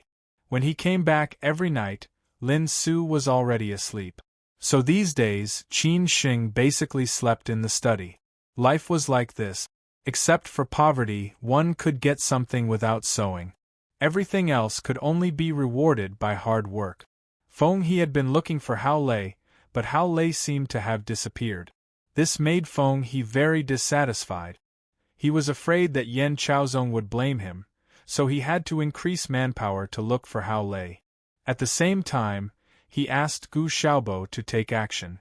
He could not let him be idle. Why couldn't he find Hao Lei? Because Hao Lei had been keeping an eye on Gu Xiaobo recently. He had already figured out Gu Xiaobo's life. What surprised him was that Gu Xiaobo did not have any contact with other people in the Yan family except for Feng He. These days, Gu Xiaobo spent most of his time with that woman. Hao Lei was somewhat puzzled until Gu Xiaobo met with Qian Tong and his disciple. When he saw Qian Tong and his disciple, Hao Lei's face instantly turned cold. The person who set Qin Shing up that night naturally came to light. Except for Yan Chaozong, he could not think of anyone else. After all, Gu Xiaobo was working hard for the Yan family now. Hao Lei asked Tang Shi to keep an eye on Gu Xiaobo. Then he went to find Qin Shing. After seeing Qin Shing, Hao Lei repeated what had happened today. After hearing it, Qin Shing did not seem to be surprised. Anyway, there were only a few people who could target him. So he said slowly, "It's really them. What should we do? Just endure it? The Yan family is so unscrupulous. Shouldn't we fight back?" Hao Lei said somewhat angrily. As long as Qin Shing said a word, he would rush to kill Gu Xiaobo or Yan Chaozong right now, regardless of the consequences. Qin Shing walked out from behind the desk. After thinking for a while, he said, "You've been keeping an eye on Gu Xiaobo for so long. Is there any chance for Gu Xiaobo? We're also looking for a chance. Gu Xiaobo is very cunning. Recently, he almost only accompanied that woman, Hao Lei said impatiently. Qin Xing frowned and said, You mean that woman is pregnant? Yes. It seems that she has been pregnant for several months. Gu Xiaobo cares about her very much, Hao Lei said honestly. Fortunately, he was a man of principle. If it were someone else who did not have principles, he would probably have vented his anger on this woman long ago. Qin Xing let out a long sigh and said, No matter what, tell them not to touch that woman. Every wrong has its perpetrator, and every debt has its debtor. We only need to find Gu Xiaobo. Undeniably, Qin Xing was kind. Some people thought that he would cut the weeds and eliminate the root. Hao Lei nodded silently and said, I know. I've told them not to disturb that woman as much as possible. Qin Xing did not say anything and poured a glass of water for Hao Lei. During this period, everyone was quite busy. Chang Baji was discussing some plans with Mr. Bao. Hao Lei and Tang Shi were responsible for the specific actions. Currently, Qin Xing had no time to deal with Hangzhou. What should be said had been said. Just now, Qin Xing also said that if there was a chance, he could directly ask Yang Dainyu to clean up the family. Hao Lei had not met Yang Dainyu yet, but Qin Xing said that he was also Chang Baji's martial nephew, which meant that he was Gu Xiaobo's senior brother. However, his strength was not comparable to Gu Xiaobo's at all. He could even fight with Chang Baji to a draw. This made Hao Lei somewhat curious. He planned to go out and meet that man later. Qin Xing continued to be busy. He could not leave anything behind. Hao Lei was also ready to leave. Before he left, he could not help but say, Han Bing is not in a good mood recently. After you returned to Shanghai this time, you did not go to see her. Is it a little bit? Hao Lei did not say the rest of the words. He already had feelings for Han Bing and did not want to see her sad. Since Han Bing was unwilling to take the initiative to find Qin Xing, he could only think of a way to help her. Qin Xing, who had just opened the file, was subconsciously stunned. He was very clear why he did not go to see Han Bing.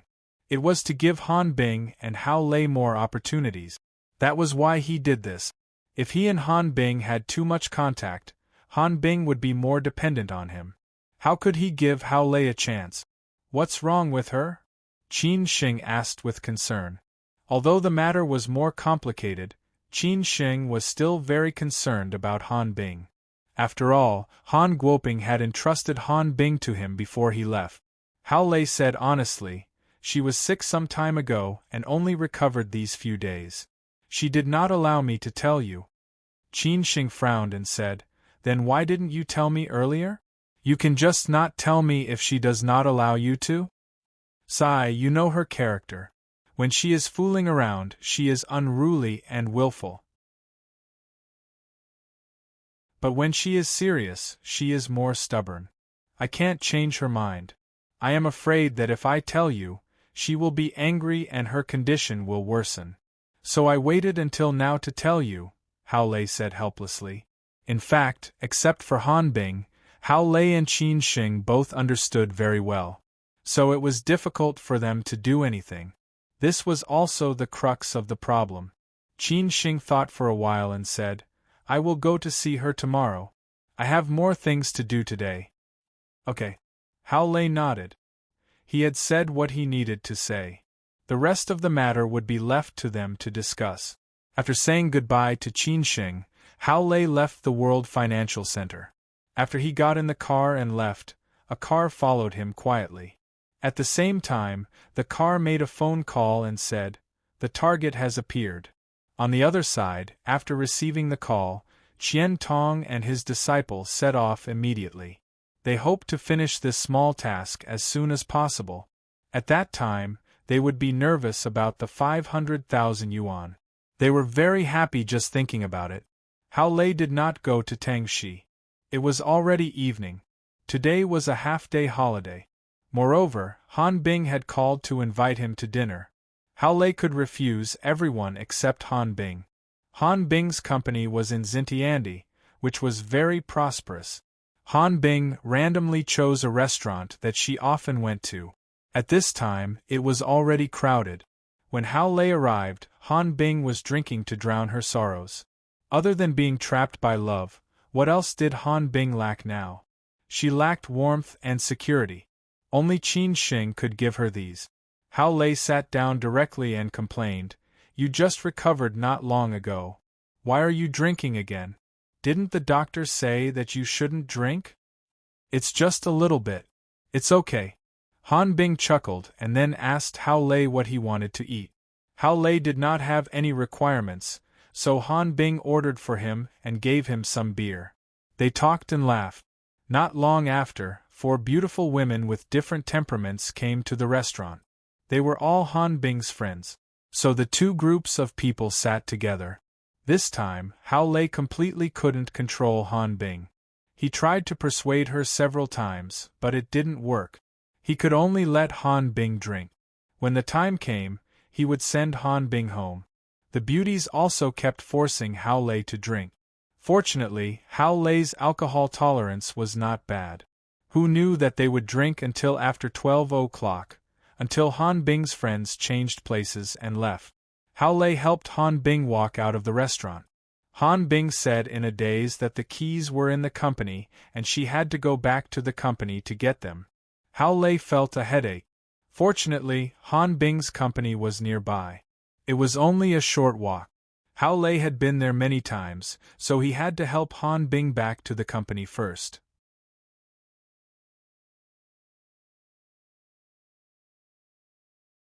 Chapter 651. She couldn't stand up anymore. I don't know why, but I'm passionately devoted. Han Bing's feelings for Qin Shing were like this. After her father committed suicide, she could only rely on Qin Shing. It could not be helped. Putting aside the fact that her father had handed her over to Qin Shing, it was mainly because she had experienced a lot of things with Qin Shing. Especially when she was in danger, Qin Shing had always been there to protect her.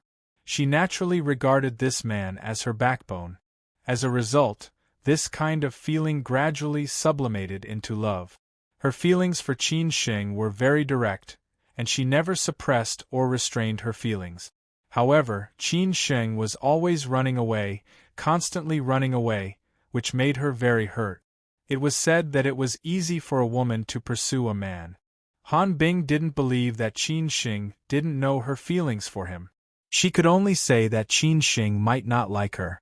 This matter, until Qin Shing had a girlfriend, made her completely explode. In addition, Qin Shing always disappeared for no reason, and Han Bing was always tortured by lovesickness. The reason why Han Bing was hospitalized some time ago was because of Qin Shing. It was because Qin Shing returned to Shanghai again and did not take the initiative to contact her, which made her completely sad. Qin Shing did not take the initiative to look for her, and this time Han Bing was also very stubborn and did not contact Qin Shing. Therefore, the 2 of them did not contact each other until now. Han Bing had not drunk since she recovered, but Qin Shing still did not look for her. That was why Han Bing was so indulgent tonight, plus those few friends were there. Han Bing dared to be so indulgent because she knew that Hao Lei was by her side. She didn't know when this man gradually became her support, or maybe even she didn't know. But she definitely didn't expect that her indulgence this time would bring such heavy consequences to Hao Lei. She would feel guilty for a long time for this. It was not far from Xintiandi Bailey to Han Bing's company. It was only a few minutes' walk. Along the way, Han Bing was talking nonsense crazily, and no one could hear what she was saying. Hao Lei impatiently comforted this pitiful silly woman. Han Bing's company was in a creative cultural industrial area that was quiet in the midst of noise. This place was transformed from an old bungalow. Han Bing's company was relatively large here, occupying an old bungalow of hundreds of square meters. The environment inside was very suitable for brainworkers like them who needed inspiration. At this time, there was no one in the company. Han Bing was quite considerate of the company's employees. The latest overtime was no more than 10 o'clock. Of course, there were special times, but it was relatively rare. He first placed Han Bing on the sofa in the rest area, and then found her house key in her office. After coming out, he poured Han Bing a glass of water to sober her up. When he felt that Han Bing had sobered up a lot, they left the company. It was very lively here during the day, with many office workers and tourists coming and going, but it was strangely quiet at night, not to mention that it was already so late. Hao Lei held on to Han Bing and walked a few steps before he felt something was amiss, because the street lamp in front of them had stretched a shadow infinitely. It was obviously not their shadow. Hao Lei slowly raised his head and looked into the distance. Under the streetlight, there was a man whose face could not be seen clearly staring at them. The man was definitely not an ordinary passerby or a security guard. There was only one word to describe him: danger. The uninvited guest came prepared. This was Hao Lei's intuition. He subconsciously stopped in his tracks and instantly became alert. Han Bing asked in a daze, "What's wrong?" Hao Lei said with a smile, "It's nothing. You sit by the roadside and rest. I'll send you home after I'm done with this trivial matter." Han Bing was a little confused. What did he mean? Hao Lei did not have time to explain because the man under the streetlight not far away had slowly walked towards them. The dangerous aura was also getting heavier. Hao Lei had just put Han Bing down when he inadvertently caught a glimpse of another man walking out from the corner behind them. The man was whistling leisurely, as if full of provocation, giving off the same feeling of danger. One in front and one behind, they slowly walked forward, as if not giving Hao Lei any way out. Moreover, Hao Lei was carrying a drunk Han Bing, so there was no way out. At this moment, no matter how stupid Hao Lei was, he knew that these two men were not good people. They were coming for them, but he was not sure if they were coming for him or Han Bing. But there was no need for an answer anymore. Call for help? It was too late now. He estimated that before he took out his phone, these two men would be in front of him. It seemed that no one could save them at this moment except for the Daluo god who descended from the sky. Hao Lei had no choice. He only had one choice, which was to face the enemy head-on and fight his way out. Only in this way could he leave with Han Bing. Otherwise, they would all be in trouble tonight. While Hao Lei was still deep in thought, these two men had already arrived in front of Hao Lei. They were only 2 meters away from Hao Lei. Hao Lei had already seen the appearance of these two men clearly. One looked very young and the other looked a little old. But from their aura, he could feel that they were not simple. These two men were none other than Qian Tong and his disciple, who were carrying out this mission. How could they let go of this opportunity so easily? For them, the prey in front of them was already in the bag. There was no challenge at all. They might only need to spend a little time, and then the 500,000 would be in their account. What kind of business could be easier than this in the world? Han Bing, who was drunk, was a little confused. She did not know what was going on at all. Her brain wanted to sober up, but the alcohol continued to numb her. She could only look at the scene in front of her blankly. Hao Lei asked in a deep voice, "Who are you?" If he had arrived in time on the night of Qing Er's accident, he might have recognized who these two men were. Unfortunately, they did not find any clues in the end. Qian Tong laughed and said, "Do you need to know?" Hao Lei still wanted to figure out one thing. He hesitated for a moment and asked, "Me or her?" Qian Tong shrugged and said, "Of course it's you. It is not worth for us to deal with a woman. You are worth it. Don't worry, we won't do anything to her." Then come on. After Hao Lei confirmed this matter, he put down all the burdens and said bluntly. Qian Tong admired him very much and said, "You are so direct and manly." But no matter how much they admired him, they would not say no to money. Moreover, they did not have any relationship with Hao Lei. For them, Hao Lei was just a prey. At this point, there was no way out. It seemed that he would not beg for mercy, let alone hope that they would let him go. The only thing he could do was to fight to the death. Therefore, Hao Lei did not say any nonsense. He suddenly took action without warning and went straight to the old man in front of him, who might be easier to deal with. As long as he killed one of them, the pressure on him would be reduced instantly. Unfortunately, he made a wrong choice. Qian Tong's master was naturally more powerful than Qian Tong. Although Qian Tong was not as good as his master now, he would surpass his master sooner or later. Although Hao Lei had drunk a lot of wine, he was very clear about his situation. Therefore, he used all his strength as soon as he came up to Qian Tong's master as fast as lightning. He aimed a killing move at Qian Tong's master's neck. The wind of his fist was mixed with murderous intent, and the sound of it piercing through the air could be heard. Qian Tong's master stood still. He took 2 steps back and then stretched out his arm to block Hao Lei's punch.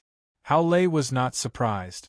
If he did not even have this little strength, why did he come out to make a fool of himself? He took advantage of the situation again and kicked at Qian Tong's master's waist. Qian Tong's master was still not in a hurry. He raised his knee and blocked Hao Lei's calf, preventing him from advancing any further. Hao Lei was still not in a hurry. He followed up with a combination of punches, forcing Qian Tong's master to attack him. Only then would he expose an opening.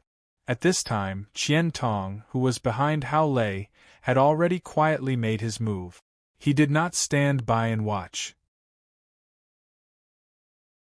This was not a martial arts competition, so did he really have to watch them fight it out? What they needed to do now was to use the fastest method to complete the task in the shortest amount of time possible. This way there would not be any mistakes, and it was also the safest way for them. Therefore, after Qian Tong joined in, Hao Lei, who could have continued to attack, could only defend in an instant. He had no choice but to let go as he had no room to fight back. Although this was not a battle where there was a great disparity in strength, Hao Lei was still inferior to Qian Tong's master and disciple. If Qian Tong and disciple could not even deal with Hao Lei, then Feng He's spending so much money to hire them would really be a joke. Therefore, in the blink of an eye, Hao Lei had already been kicked in the abdomen by Qian Tong's master with a tricky leg technique, and he flew straight back. Hao Lei did not fall to the ground in a sorry state, but he looked to be in pain. The pain in his abdomen made him gasp for breath.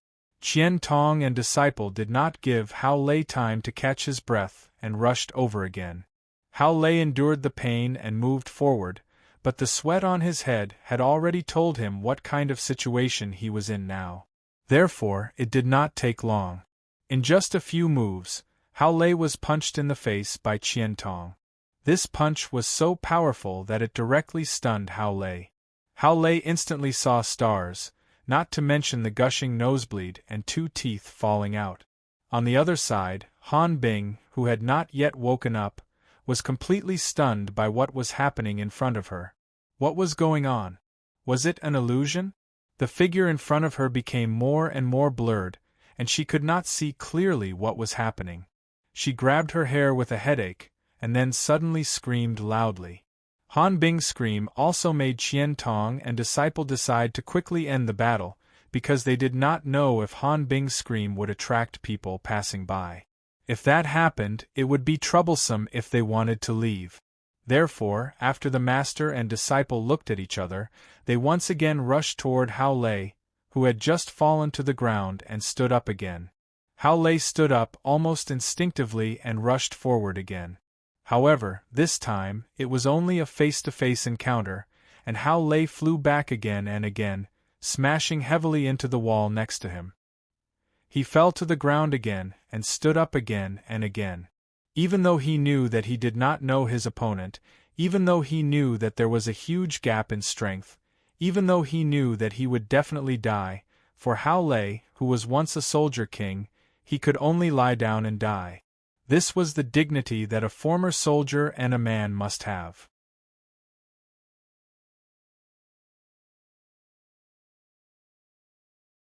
Chapter 652. Prepare for the worst. Hao Lei didn't admit defeat or beg for mercy. He knew it wasn't necessary. Although these two men told him that they would not hurt Han Bing, how could Hao Lei believe them so easily? The Jianghu was dangerous, and people's hearts were complicated. Who knew what the other party's goal was? Therefore, as long as he defeated them, he could protect Han Bing and leave safely. Therefore, Hao Lei could only fight regardless of the result. If he lost, his skills were inferior. If he won, everyone would be happy. Unfortunately, the goddess of luck was not on his side this time. Hao Lei lost completely and miserably in a situation where the disparity in strength was too great. Qian Tong and his disciple had suffered some insignificant injuries, but they were fine. If either of them had encountered Hao Lei, they might have been in some danger. Hao Lei, who had fallen into a desperate situation, would definitely choose to perish together with them. However, this time, the master and disciple had worked together. Their many years of tacit understanding had increased their overall strength, so Hao Lei had nothing to say about his defeat. The matter was already over. The master and disciple stared at Hao Lei, who had fainted on the ground. Their eyes were filled with disdain. They had thought that Hao Lei was some powerful character, but it turned out that he was just SOSO.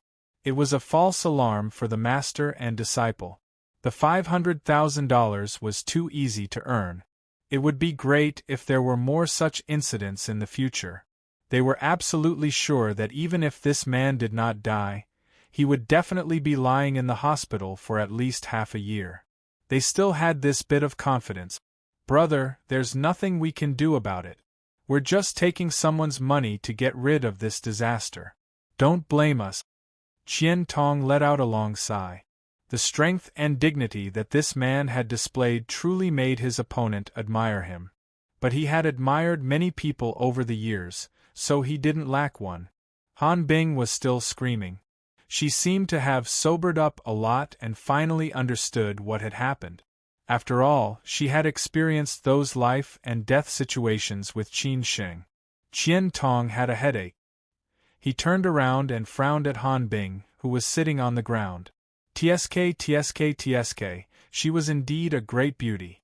Unfortunately, he did not have the fortune to enjoy it. He still had a bottom line.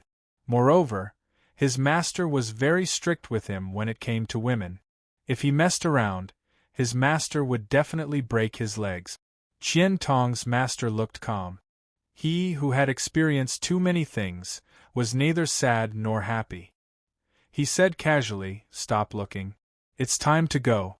If you don't go now, you won't be able to."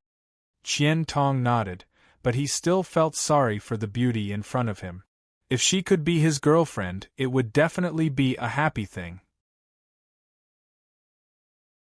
Qian Tong and his disciple came and left in a hurry, leaving behind Hao Lei, who was seriously injured and whose life was uncertain, and Han Bing, who was panic-stricken and helpless. Fortunately, they did not harm to Han Bing. Hao Lei, who was still, would be. Tong had not. She. How I Han Bing. How Bing Han had it. Han Bing staggered towards Hao Lei, but after a few steps, her legs gave way and she fell to the ground. So she crawled and finally arrived in front of Hao Lei. She did not care about her image anymore. With Hao Bing, his Hao, he Bing, lay under, Bing who Bing, he Bing. Hao Lei didn't respond. He was still in a coma. This was probably the worst defeat in his life. He had never been so seriously injured. He didn't even know if he was dead or alive. Hao Lei did not respond at all. He was still unconscious. This was probably the worst defeat in his life. He had never suffered such a serious injury. Now, he did not even know if he was dead or alive. But Hao Lei still didn't respond. Han Bing knew how serious the situation was. She panicked and didn't know what to do. "Help, is there anyone?" At the Shanghai World Financial Center, Qin Sheng was still working overtime. Zhong Shan and Yen Pan were also working overtime. At the same time, many members of the preparatory committee were still there. The whole office was brightly lit.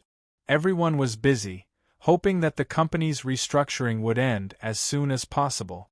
In the Shanghai World Financial Center, Qin Sheng was still working overtime. Of course, Zhongshan and Yen Pan were also working overtime. At the same time, many members of the preparatory committee were still there. The whole office was brightly lit. Everyone was busy, hoping that the company's restructuring would end as soon as possible. At the Shanghai World Financial Center, Qin Sheng was still working overtime. Of course, Zhongshan and Yen Pan were also working overtime. At the same time, many members of the preparatory committee were still there. The whole office was brightly lit. Everyone was busy, hoping that the company's restructuring would end as soon as possible. Yen Pan, who was dressed in professional attire, laughed and said, "The boss hasn't left yet. How dare I leave? What if I get fired tomorrow?" Qin Sheng laughed and said, "You are my housekeeper now. I don't care about firing you. Where can I find such a competent secretary?" Yen Pan covered her mouth and chuckled. The Dior perfume on her body was very comfortable. Qin Sheng didn't know which model it was.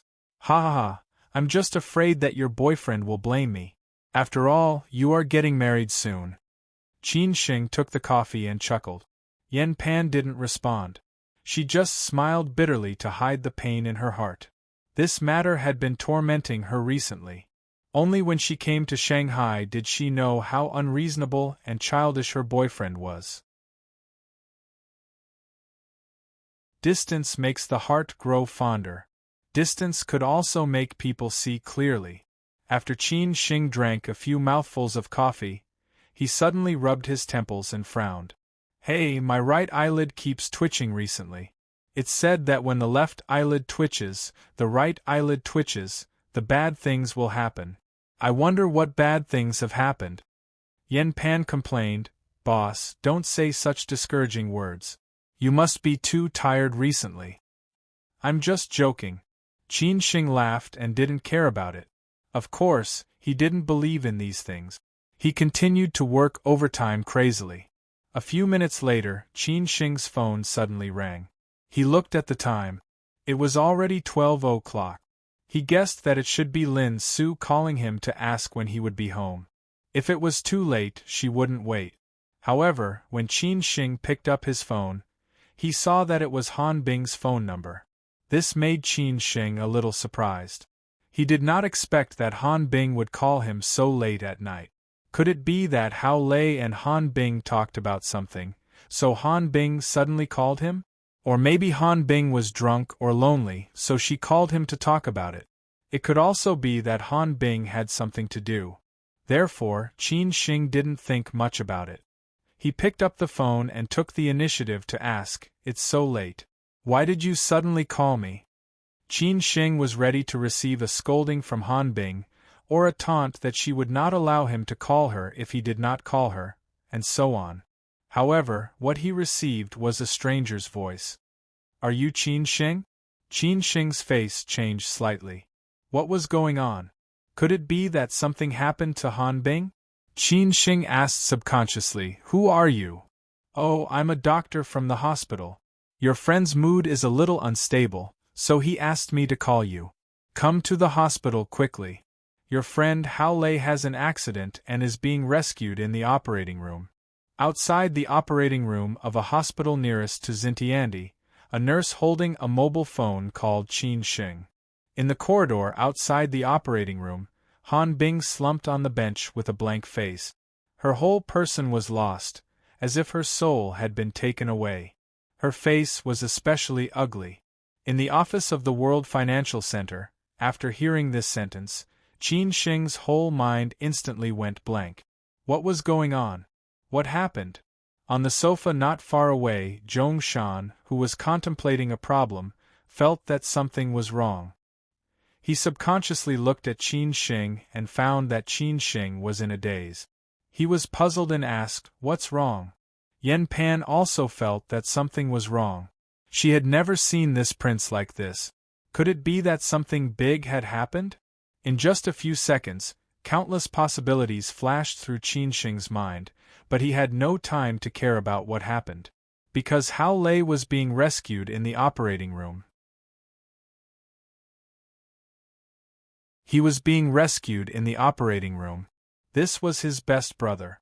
If something happened to him, Qin Shing really didn't know what would happen. So Qin Shing almost shouted, "Which hospital are you from?" After confirming which hospital it was, Qin Shing directly ran out like crazy and went straight to the elevator. Along the way, everyone was dumbfounded. They did not know what had happened.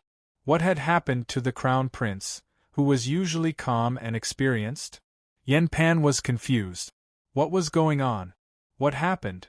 Zhongshan was the first to react. Something big must have happened.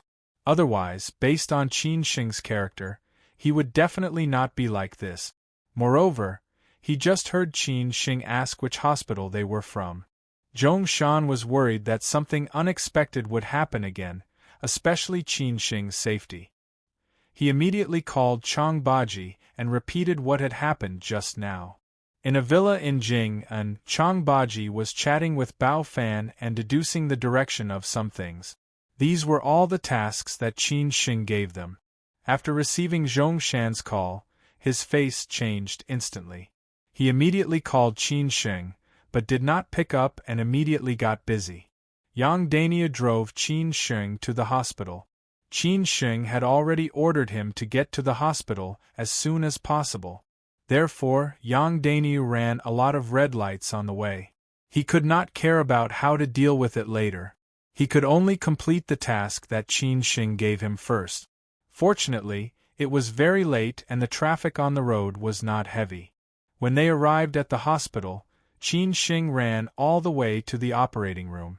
After asking again and again, he finally found out which operating room Hao Lei was in. Yang Daniu and the bodyguards who arrived later ran all the way after him. Everyone in the hospital was confused. What happened? When Qin Shing rushed out of the operating room, he saw Han Bing who was sitting there in a daze. He did not have time to ask the doctor about it. Instead, he ran directly to Han Bing. Subconsciously, he smelled the smell of alcohol on Han Bing. Qin Shing's face became more and more ugly. He hugged Han Bing's shoulders and asked, "What happened?" Han Bing looked up in a daze. When she saw that it was Qin Shing, she could not hold it in any more and burst into tears. Qin Shing did not have any protective feelings for the fairer sex. Instead, he shook Han Bing's shoulders hard and said, "Han Bing, tell me, what happened?" Han Bing directly hugged Qin Shing's waist and cried bitterly. In the end, Qin Shing still held it in and did not have the heart to continue asking. He could only comfort Han Bing first. At this time, Qin Shing's phone kept ringing. Qin Shing did not have time to answer the phone. He passed the phone to Yang Daniu and let him handle it. The first person to call was Chang Baji. Yang Daniu told Uncle Chang what happened honestly. When he knew the truth, he was shocked. He asked why Qin Shing and Hao Lei did not answer his calls. After Chang Baji hung up the phone, he looked at Bao Fan who was sitting opposite him and said, "Boss Bao, something happened to Hao Lei. He is being treated in the hospital." Bao Fan's face changed instantly, but he did not hesitate. He immediately stood up and said, "Let's go to the hospital." Not long after, Lin Su called Qin Shing again. Her original intention was to ask when Qin Shing would be coming home. She also worked overtime today, and had just returned home not long ago. She was considering if she should wait for Qin Shing to come back. Unexpectedly, it was Yang Daniu who answered the phone. When Yang Daniu finished talking, Lin Su was so shocked that she could not say anything. After asking which hospital it was, she hurried over. In the hospital, Qin Shing was comforting Han Bing. At this time, a doctor walked out. Qin Shing immediately let go of Han Bing and ran over to ask, "Doctor, how is my brother?" The doctor glanced at Qin Shing and let out a long sigh. "You are his family, right? The patient's condition is a little serious. You should be prepared for the worst."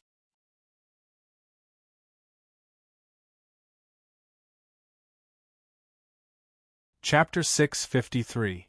A debt of blood must be paid in blood. Chapter 654. A debt of blood for the doctors and nurses in the hospital. They were used to seeing too many deaths. Even if they felt a little sorry, they would not have too much psychological fluctuation. They just told the patients' families the truth. Maybe it was a little exaggerated to say that they should be prepared for the worst. After all, no one knew what would happen during an operation, and any accident could happen. However, for Qin Sheng, this sentence made him feel very heavy in an instant. He did not expect the situation to be so serious. He was extremely gloomy and angry.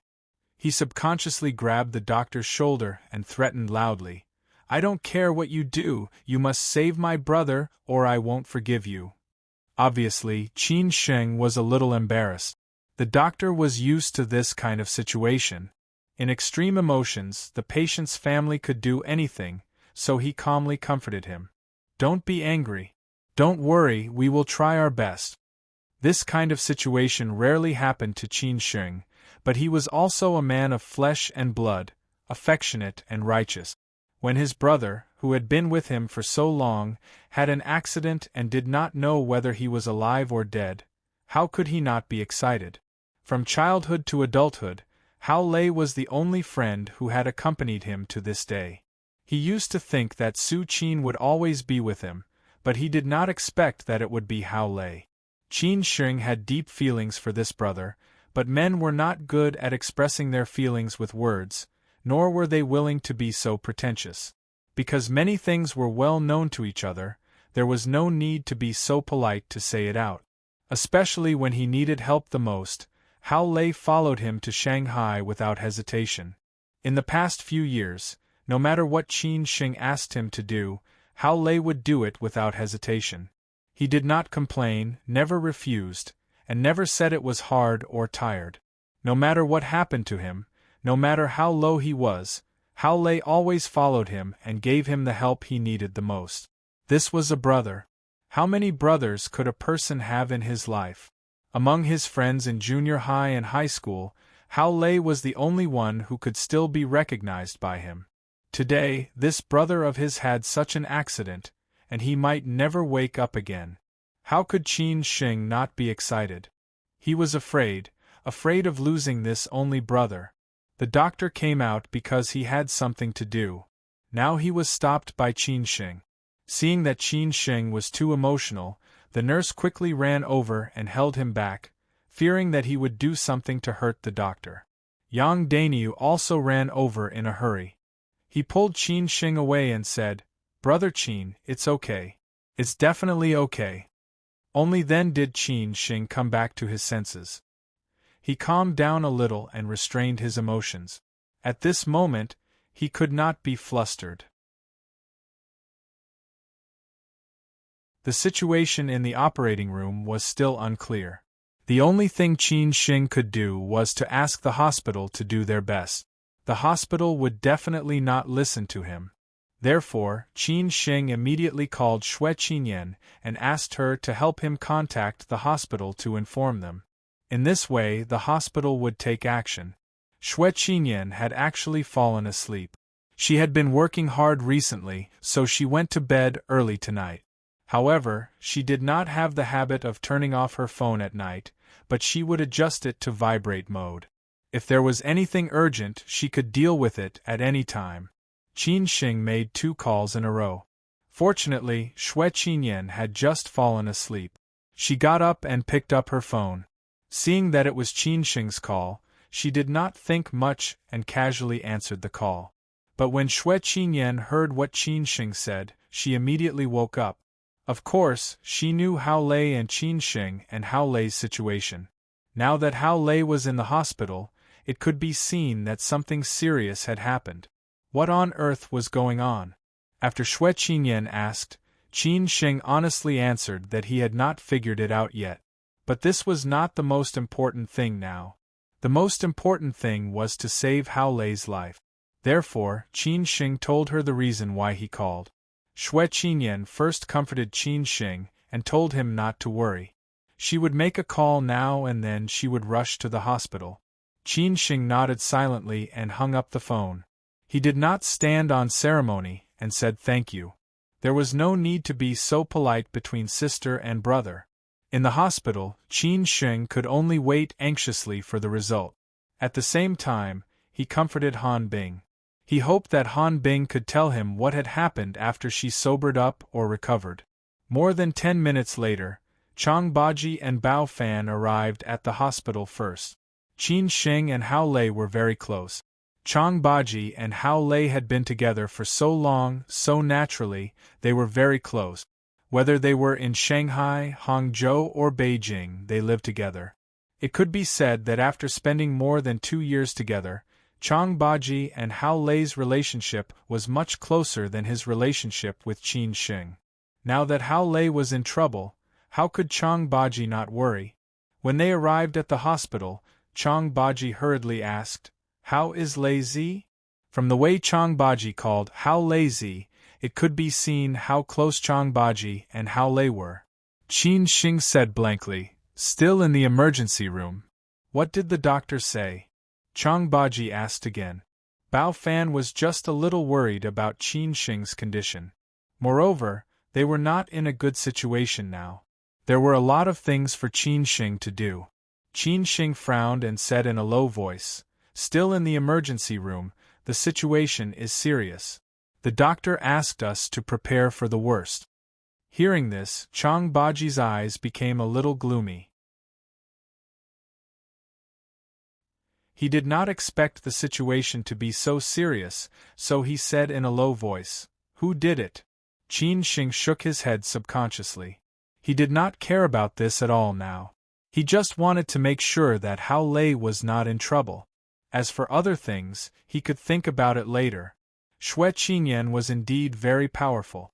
It did not take her long to directly contact her friend in the Municipal Health Bureau. That leader directly called the director of the hospital here and told him to use all the resources in the hospital to save the patient. If there were any problems, he could contact him at any time. After this phone call, the hospital's attitude immediately changed. A vice president on duty soon came over and quickly formed a cross-hospital expert group. At the same time, authoritative experts in this field were transferred from other hospitals to help and so on. Qin Sheng did not have time to deal with these things. These things were all handled by Bao Fan. He was originally good at these things, so he absolutely handled them well. Not long after, Xue Qinyan and Lin Su arrived at the hospital almost at the same time. Qin Sheng did not expect them to come. He frowned and asked, "Why are you here?" Xue Qinyan said very worriedly, "Such a big thing happened, how can we not come?" Qin Sheng thought about it and agreed. Such a big thing happened, and they also knew Hao Lei very well. How could they fall asleep? So they did not say much. Xue Qinyan asked again, "What's the situation now?" "Still in the rescue, the situation is a bit serious. I don't know if he can get through this," Qin Sheng said with a long sigh and rubbed his hair hard. Xue Qinyan's face was a little gloomy. Lin Su held Qin Sheng's arm and comforted him. "It's okay, it's definitely okay. Hao Lei is very lucky, he will definitely be fine." Qin Sheng patted Lin Su's arm gently, using his eyes to tell her that he was fine. Such a big thing happened in this special period, it must not be without a reason. So Xue Qinyan asked again, "You still don't know what's going on?" Qin Sheng looked at Han Bing not far away and said, "When she wakes up a little, maybe she will know something." At this time, Xue Qinyan and Lin Su noticed Han Bing. After saying a few words to Qin Sheng, they walked over quickly. Qin Sheng also handed Han Bing over to them to take care of. In the operating room, a few doctors walked in and out. Bao Fan immediately went up to ask about the current progress. After getting the exact situation, he came back to report to Qin Sheng. Looking at Qin Sheng and Chang Baji, Bao Fan said very seriously, "The doctor said that the brain suffered a very serious external heavy blow. Ribs, arms, and calves are fractured. His internal organs are also seriously injured. It's all caused by someone, so we have to be prepared." Such serious injuries, and hearing that they were all caused by someone, even if Qin Sheng and Chang Baji were stupid, they knew what was going on. That was, someone did something to Hao Lei tonight. Who was it? As for the last sentence that Bao Fan said, we need to be prepared. Was it to prepare for the worst or to prepare to face a crisis? I don't know. Maybe it was a combination of both. Time ticked by, it was already 3 o'clock in the morning. The operation was still going on. Doctors came in and out of the operating room. Hao Lei and the others did not dare to ask about the situation, for fear of getting the best result. Xue Qinyan and Lin Su kept comforting Han Bing. Only then did Han Bing completely recover. She had already sobered up, so Xue Qinyan came over and told Qin Sheng that Han Bing had remembered what happened tonight. They could ask her. In an empty office in the hospital, Qin Sheng, Chang Baji, and Bao Fan faced Han Bing. Han Bing told them everything that happened tonight. As for the fight at the company's entrance, it was indeed a little vague. She only told Qin Sheng that there were two men, one older and the other younger, and both of them were very powerful. Then, Han Bing told Qin Sheng and them that she only saw Hao Lei falling down again, and then getting up again and again, until he could no longer stand up. In the end, because of his scream, the security guards patrolling nearby were attracted, so the security guards called the ambulance and sent Hao Lei to the hospital. At this point, everything came to light, and it was really like that. Han Bing thought it was because of her. She hugged Qin Sheng tightly and cried, "I'm sorry, I'm really sorry, it's all my fault, it's all my fault, I heard Hao Lei, I heard him, I shouldn't have let him drink, it's all my fault, sob sob sob." Qin Sheng comforted her, "It's nothing to do with you, don't think too much." There were two men, one old and one young. Qin Sheng could not confirm their identities, nor was he sure who they were. So Qin Sheng ordered Chang Baji, "Lao Chang, get someone to check the surrounding surveillance video, I hope it hasn't been destroyed." Chang Baji immediately made the arrangements. He was more eager to know who it was than Qin Sheng. Bao Fan frowned and asked, "Do we need to call the police?" Qin Sheng shook his head and said, "Blood for blood, I'll let them pay with their lives."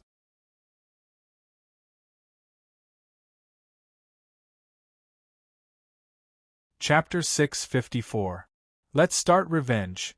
There was a small bug in the previous chapter. Hao Lei had seen Gu Xiaobo and Qian Tong's master meet before, so he must know Qian Tong and Qian Tong, so he had already corrected it. If Hao Lei's accident was just an accident, Qin Sheng could accept it. After all, there were too many accidents in life. You would never know which would come first, the accident or tomorrow. Maybe this was Hao Lei's fate, and he could not blame anyone.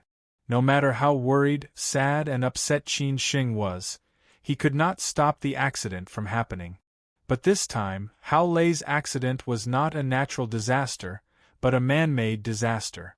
He was so seriously injured, and it was all beaten up by someone. Who was it that wanted Hao Lei's life so badly? Who was it that hated Hao Lei so much? Qin Sheng was completely angry, so no matter who it was this time, he would make them pay a heavy price.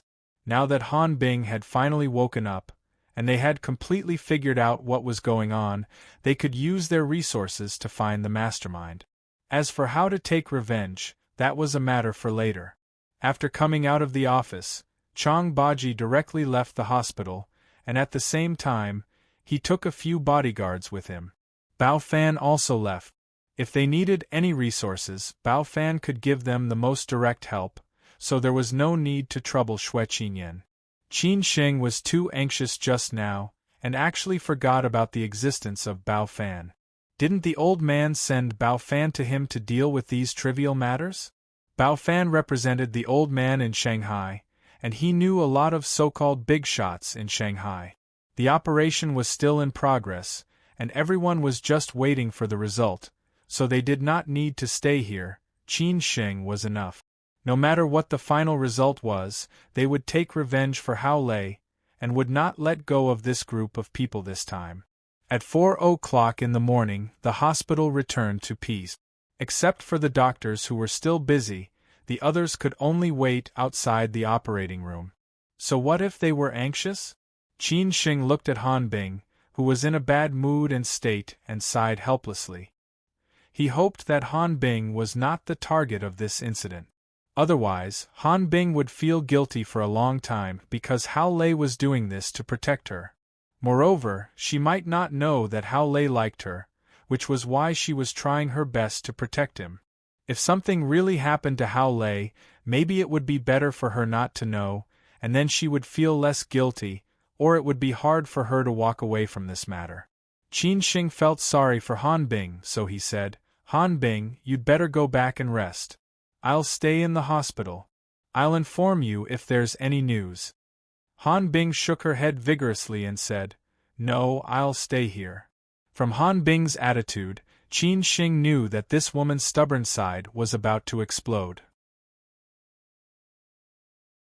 No matter what he said, she would not leave the hospital. Qin Sheng did not say anything else. If she was willing to wait, then let her continue to wait. Perhaps she would feel better this way. Consequently, Qin Sheng looked at Xue Qinyan and Lin Su and said, Sister, that's enough. You still have something to do tomorrow. You can go back first. It's meaningless for everyone to stay in the hospital. I'll wait here. Lin Su was more or less worried about Qin Sheng. She held his arm and said, I'll stay with you. At this moment, Han Bing could not care less about Qin Sheng and Lin Su's doting. If it was during normal times, she might even be jealous.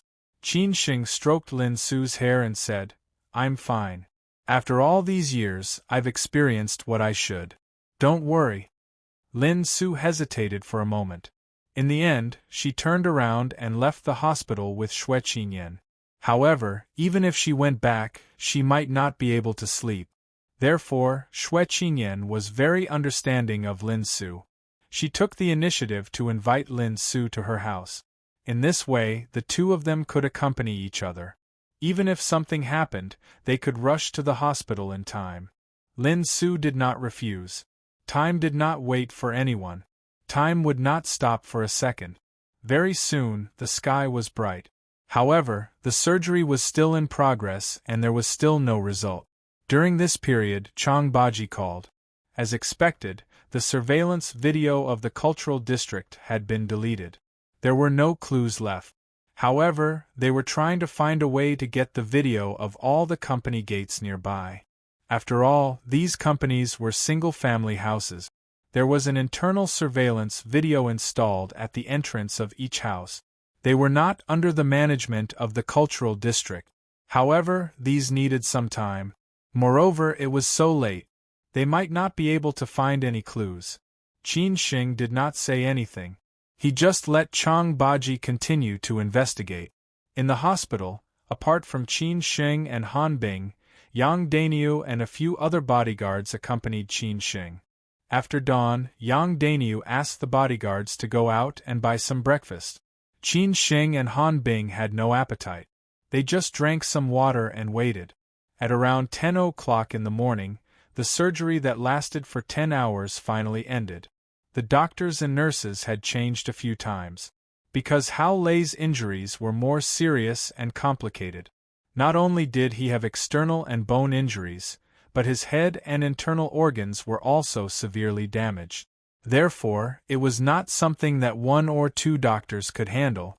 When the doctors walked out of the ward, Qin Sheng could see that they were very tired. He did not know if the surgery was over, so he did not disturb the doctors. He thought that the surgery would continue. However, the doctor asked the nurse to call Qin Sheng over and told him that the surgery was over. Qin Sheng's heart was in his throat. He was afraid that the result was the worst. So he asked with a trembling voice, "Doctor, how is it?" Han Bing did not follow him. She actually wanted to, but she could not move her legs. It was as if they were filled with thousands of kilograms of mercury. Because she was afraid. The doctor took a deep breath and said slowly, "We have tried our best. We have done everything that should be done. Hearing this, Qin Sheng's heart sank. Did that mean that the surgery was over? Was it really the worst possible outcome? After waiting for a whole night, this was the result. God, why are you so cruel? However, the doctor's next words gave Qin Sheng hope. It also made Qin Sheng almost say, "Doctor, can you not say that? You almost scared me to death." Because the doctor said, "We have rescued the patient. But whether he can survive these few days and whether he can survive the critical period, we dare not guarantee. It depends on the patient himself, so you still have to prepare for the worst." It was not the worst result, nor was it the best result. But it was already a very good result. Qin Sheng was satisfied enough. He knew that the doctors were very tired, so he did not ask them anything else. Instead, he asked them to go back and rest early. Of course, he would not mistreat these doctors. Bao Fan had already arranged for all the doctors and nurses who performed the surgery last night to receive a red packet. This was Qin Sheng's gratitude to them. As for whether they accepted it or not, Qin Sheng did not care. Not long after, Hao Lei was pushed out of the operating room. Qin Sheng wanted to go over and take a look, but was stopped by the nurses. He did not force them and just escorted Hao Lei into the ICU. Then, Qin Sheng thought of Han Bing. He ran back to the corridor outside the operating room and slowly walked in front of Han Bing. Han Bing carefully raised her head and looked at Qin Sheng. Her eyes were very confused, and she did not have the courage to speak. Qin Sheng told her directly, "The doctor said that he has been rescued, but he is still in the critical period. We do not know if he can survive, so we have to wait for another 48 hours. When Han Bing heard this news, it was not the news she was most afraid of. She firmly believed that Hao Lei could survive the critical period, so she nodded her head vigorously. Qin Sheng sighed. It should be work time now, so he called Yen Pan to transfer 2 secretaries from the general office to take care of Han Bing. At the same time, he also told Zhong Shan that he might not be able to go to the company recently, so he would be in charge of everything. Zhong Shan already knew what happened last night. It was Chang Baji who told him, so he could understand Qin Sheng. He asked Qin Sheng to busy himself with other things first, and he would be in charge of the company. Not long after, Lin Shi called again and asked why Qin Sheng did not come to the company today. Recently, he was also busy giving advice to Qin Sheng. Qin Sheng said that he would not go to the company in advance these few days. He also did not dare to tell Lin Shi about Hao Lei's accident, for fear that they would be worried. Lin Shi did not ask much. He knew that Qin Sheng had more things to do, so he said that he would take care of the company, so that Qin Sheng did not need to worry. Everything was on the right track. Not long after hanging up, Chang Baji called. In short, Qin Sheng had been answering the phone all the time, and he was very busy. Chang Baji said that he found the video of the 2 men last night from the surveillance camera at the entrance of a company, but he was not sure whether it was the 2 men, so he sent it to Qin Sheng for Han Bing to identify. Qin Sheng asked him to send the video over. After the video was sent over, Qin Sheng first opened it and watched it. When he saw the blurred faces of the 2 men, Qin Sheng instantly recognized them, because these 2 men were the 2 men who fought with him on the night when Qin had an accident. Qin Sheng was burning with anger. What else was there to say? There was no need to let Han Bing see it at all. Qin Sheng could directly confirm that the 2 men who attacked Hao Lei last night were definitely them, because there was no such coincidence in the world. Therefore, it could be concluded that the people who attacked him that day and Hao Lei last night were definitely the same group of people. So it could be concluded that these people's ultimate target was still him, and Hao Lei also suffered because of him. Qin Sheng was very angry, almost to the extreme. Who on earth was it? The Yen family, Third Master Wu, other people in Hangzhou, or Beijing, or Xueku's group, or maybe several forces joined forces. Qin Sheng did not know if it was because he was too tired. He seemed to have forgotten one thing. In order to make sure that it was not a mistake, Qin Shing quickly took the video to Han Bing. After watching it, Han Bing almost shouted, "It's them, it's them, it's them." At this point there was no doubt. Qin Shing immediately called Chang Baji and told him everything. Chang Baji was also very shocked. He did not expect this result, so it was easy to deal with it. Qin Shing asked Chang Baji and Bao Fan to rush to the hospital quickly to discuss the next plan. He must find these two men, and at the same time, dig out the backstage manipulator, and then start the revenge plan. At this time, Qin Shing suddenly remembered what Hao Lei told him yesterday afternoon. It said that Gu Xiaobo seemed to have contacted these two men, and at the same time, he also judged that these two men were also working for the Yen family. At that time, he was busy, so he did not pay attention to it. He did not expect that something would happen at night. So, now did he still need to find the backstage manipulator?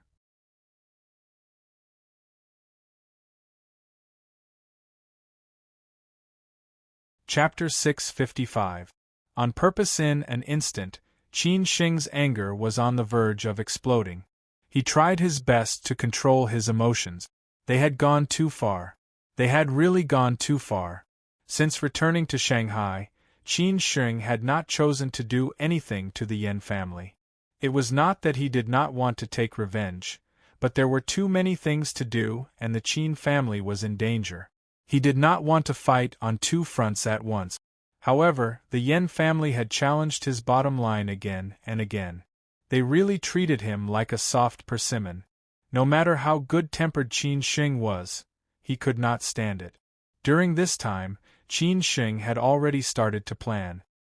He wanted to wait until the Shanghai company's restructuring was completed before he went all out to deal with Yen Chaozong. Yen Chaozong actually colluded with them. How could Qin Shing tolerate that? However, he did not expect that the Yen family would provoke him again. This time, they actually attacked Hao Lei, causing him to be so seriously injured. Now, it was unknown whether he was alive or dead. What should he do? Should he still wait? Should he still abide by the rules?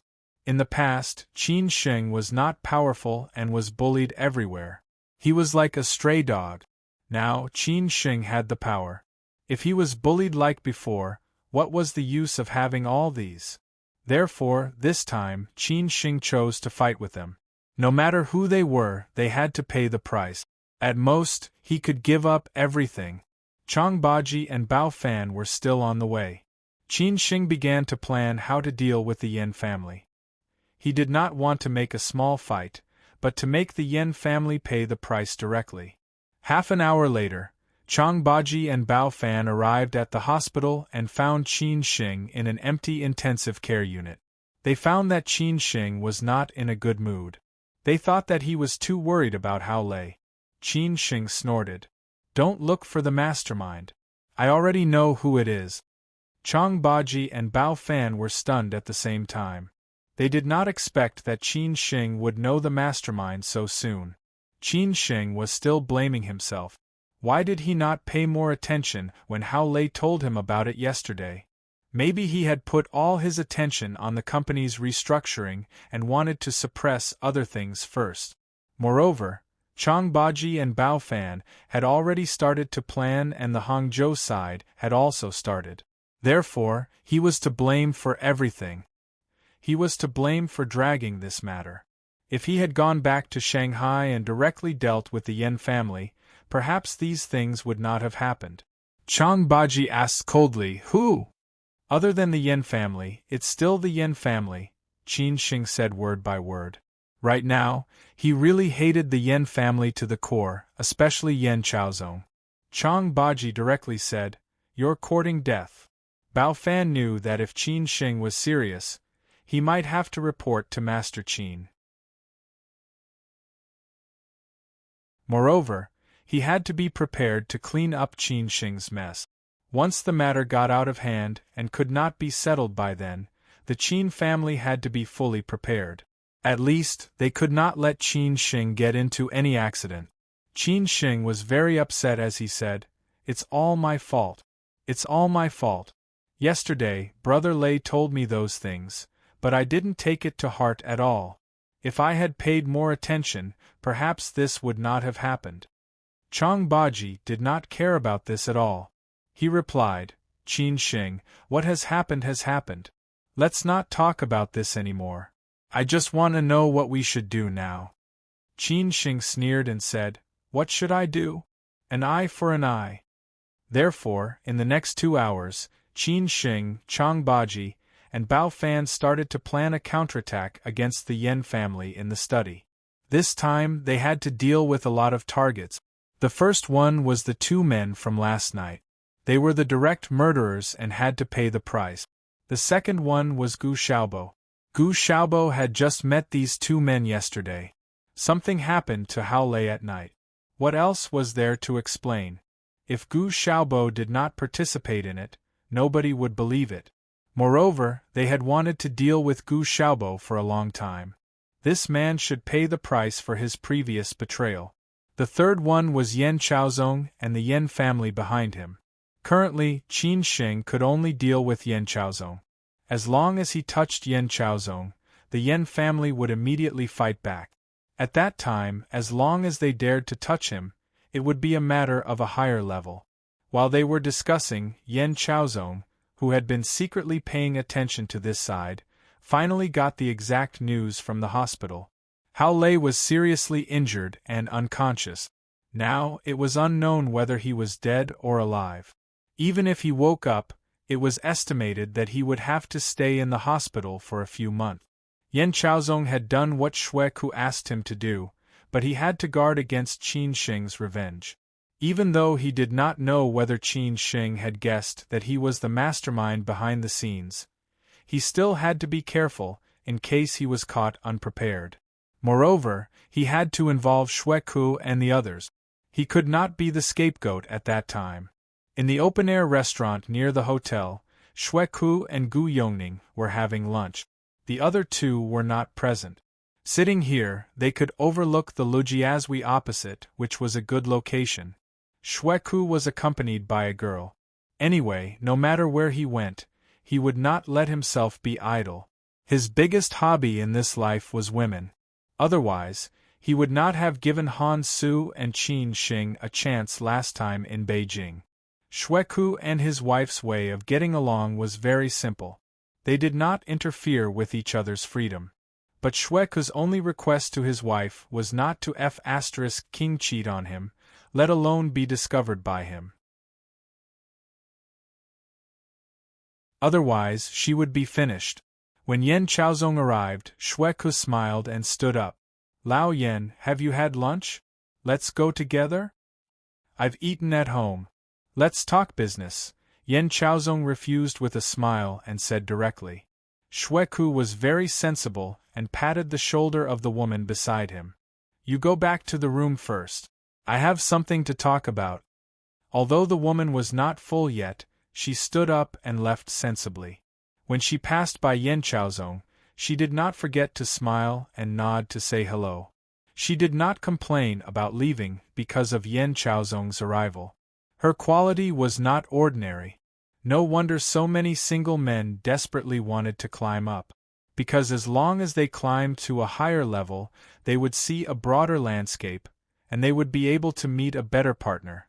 Then they would have more choices in choosing a partner. After all, for most people, they could only find a woman who was like the kind of person they were. If you were capable, you could have several excellent women at the same time, provided that you could control them. There were too many such examples. After Yen Chaozong sat down, Xue Ku asked, Tell me, what's the matter? I've done what you asked me to do. Last night, Qin Xing's best friend, Hao Lei, was injured by my people and was hospitalized. The news from the hospital was that he had just finished an operation, but he is still in a coma. Even if he wakes up, he will have to rest for at least half a year, Yen Chaozong said truthfully. After Gu Yongning heard this, his eyes lit up and he said, Shanghai's local tyrant is indeed different. You do things cleanly and efficiently. Xue Ku was also very happy. He had finally vented his anger a few days ago. Otherwise, every time he thought of what happened that night, he would feel very wronged. Lao Yen, tsk, no wonder the outside world has such a high evaluation of you. You're amazing, Xueku also praised. Yen Chaozong did not play games with him. He said calmly, I've done what I should do, but I have to prepare for the worst. Once Qin Xing knows that I'm the mastermind behind this, he will settle old and new grudges together. At that time you, my allies, better not let me be the scapegoat. Xueku laughed and said, Lao Yen, how is that possible? Are we such people? Yen Chaozong's words were too direct. Gu Yongning was more or less uncomfortable. He sneered and said, Chaozong, if we don't even trust each other, how can we continue to cooperate in the future? Yen Chaozong turned a blind eye to their reactions and replied, I'm just saying for the worst. Once Qin Xing starts to settle accounts with me, we, the Yen family, will have to pay a price. You are very clear about that. At that time, don't blame me for dragging you down with me. Are you threatening me? Gu Yongning's expression changed slightly. Xueku was also a little uncomfortable. It was the first time that Yen Chaozong had such a tough attitude in front of them. Yen Chaozong replied casually, I'm not threatening you. How would I dare to threaten you? I'm just being too direct. I think there's no need for us to play games. Some things can be made clear. Although Gu Yongning was still a little uncomfortable, he could not help but admire Yen Chaozong's imposing manner. It was rare to see such a kind of peer. Xueku somewhat understood. Otherwise, he would not have chosen Yen Chaozong. He replied, Lao Yen, don't think so much. If Qin Xing really starts to take revenge on your Yen family, of course, we will stand up. Moreover, I can't wait for him to take revenge on your Yen family. What do you mean? Yen Chaozong squinted and stared at Xueku. Xueku explained with a smile, don't think too much. I didn't mean that. I'm just saying that if he acts recklessly in Shanghai, it will only speed up the Qin family's downfall. By that time, if the Qin family falls, what do you think Qin Xing will be? Will he still be a threat to you in the future? Yen Chaozong was a smart man. He immediately understood. He smiled and said, I understand. Xueku stood up and held Yen Chaozong's hand as he said, Happy working with you. Soon, after talking about business, Yen Chaozong left the restaurant. Naturally, Qin Xing's spies also witnessed everything and immediately reported to Qin Xing. After Yen Chaozong got in the car, he looked back at the restaurant upstairs with a sneer at the corner of his mouth. Based on his intelligence, how could he not know that it seemed that he should not meet Xueku and the others at this time? Therefore, it could only be said that he did this on purpose. Even if Qin Xing found out that he was the mastermind behind this, he would also think of Xueku and Gu Yongning. Moreover, Yen Chaozong had his own plans. In the hospital, after Qin Xing received this news from Bao Fan, he immediately made a series of inferences. Since Yen Chaozong went to look for Xueku and Gu Yongning at this time, it could only be said that Xueku and Gu Yongning were involved in what happened last night. This was because Qin Xing quickly thought of what had happened at the Bund Wharf some time ago. He had slapped Xueku and the others in the face hard. How could these arrogant rich playboys not be resentful? Therefore, it was very likely that they found Yen Chaozong and used him to kill people with a borrowed knife because they were now allies.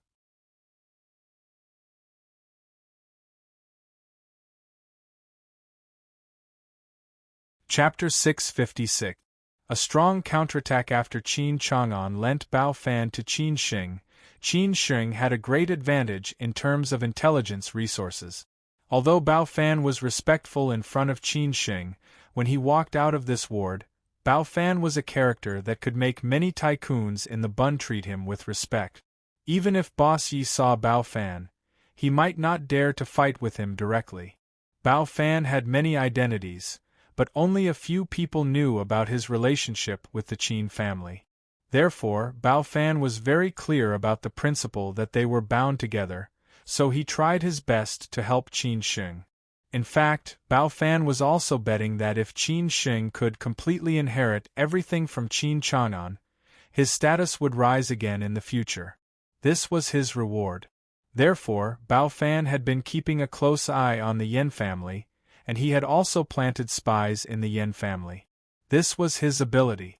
Therefore, as soon as there was any movement on Yan Chaozong's side, Bao Fan would immediately get the news, especially this extremely important news at this moment. Qin Sheng, do you mean that Xue Ku was involved in what happened last night? They are taking revenge for the conflict that night? Bao Fan asked in a low voice. He did not expect that so many people would be involved.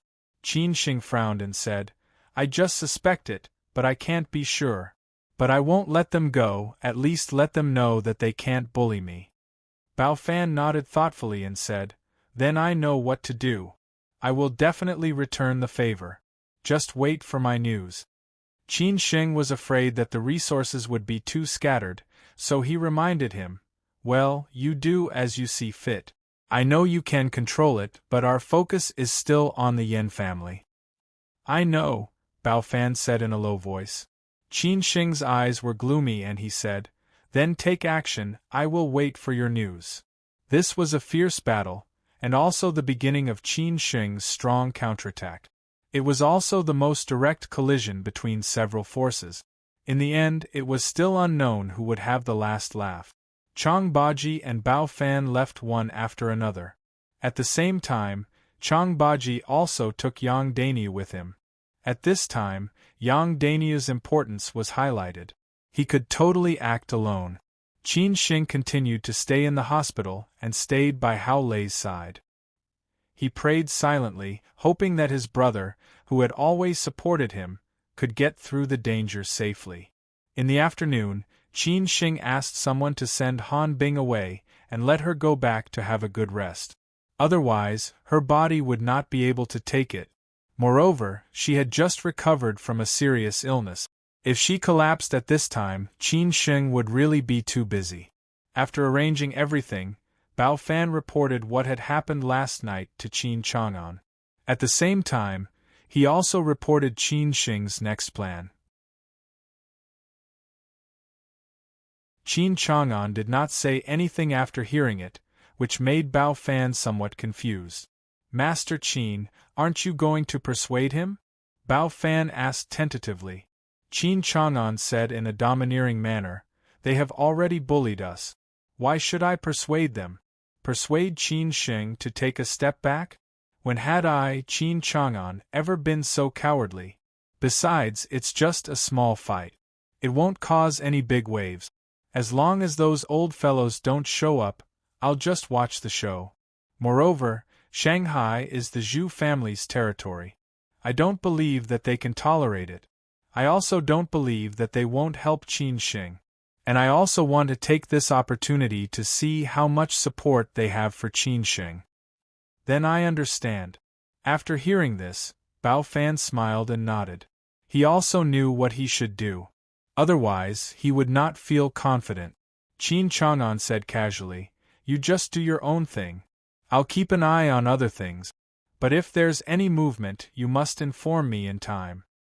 Okay, I understand, Bao Fan replied in a low voice. After hanging up the phone, Qin Chang'an stood up from the sofa in the office and walked slowly to the French window. Not far away there was a piece of land that had not been developed. It was very conspicuous. After all, it was the World Trade Center. God knew how many people were drooling over it. When the land was auctioned, it was sold at a sky-high price of more than 10 billion yuan. But until now, it still had not started. Why? Because there was the shadow of the Chang'an Group in this land. The Chang'an Group had always wanted to take it for themselves and then develop it. So no one could touch it. However, now this land could no longer be touched by the Chang'an Group. A few days ago, it had been transferred to someone else. The Chang'an Group had to bear with the pain and cut off the land. Qin Chang'an felt a little heartache. But nowadays things like this were not rare. Qin Chang'an was really troubled. He was making concessions step by step. He was also trying hard to play and struggle for more time. But no one knew when everything would break out. When night came, everything seemed to be quiet again. Except for Qin Sheng, there was only a bodyguard of the Qin family in the hospital. After Lin Su got off work, she went to the hospital to accompany Qin Sheng. She did not even have dinner. All her thoughts were on Qin Sheng. After Qin Sheng knew that Lin Su did not have dinner, he asked the bodyguard to go out and buy some food. It was a few delicious vegetarian dishes and rice. The two of them ate slowly in the intensive care unit. There were too many things to do and too much pressure. Qin Sheng missed his life in Xiamen very much. It was so carefree and easy. Even though the road ahead was still unclear, he would not think about anything at that time. As long as Lin Su was by his side, it would be enough. However, he was afraid that he could not go back to those days anymore. Of course, Qin Sheng would also think about some things. For example, after Spring Breeze transferred it to the artistic young woman, was the business good? If not, would it close down? And for example, his neighbor Auntie Tang and her family of 3 were all right? Did Du Fei, who secretly loved him, get into a postgraduate school or graduated and started a job? Was Du Feng, the bad boy who always made trouble, obedient? In life, there would always be a lot of people. But also a lot of people would always be forgotten and lost. Many people would disappear unconsciously and inadvertently.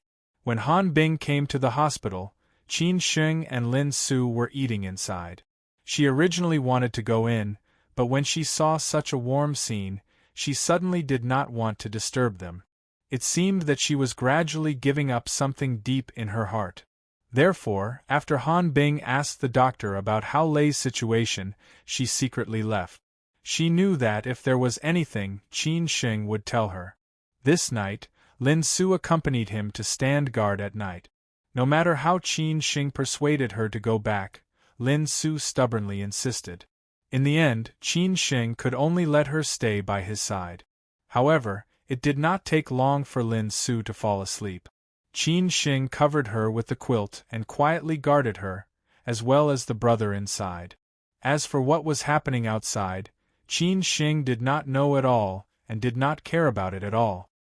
He had handed everything over to Chang Baji and believed that they could handle it well.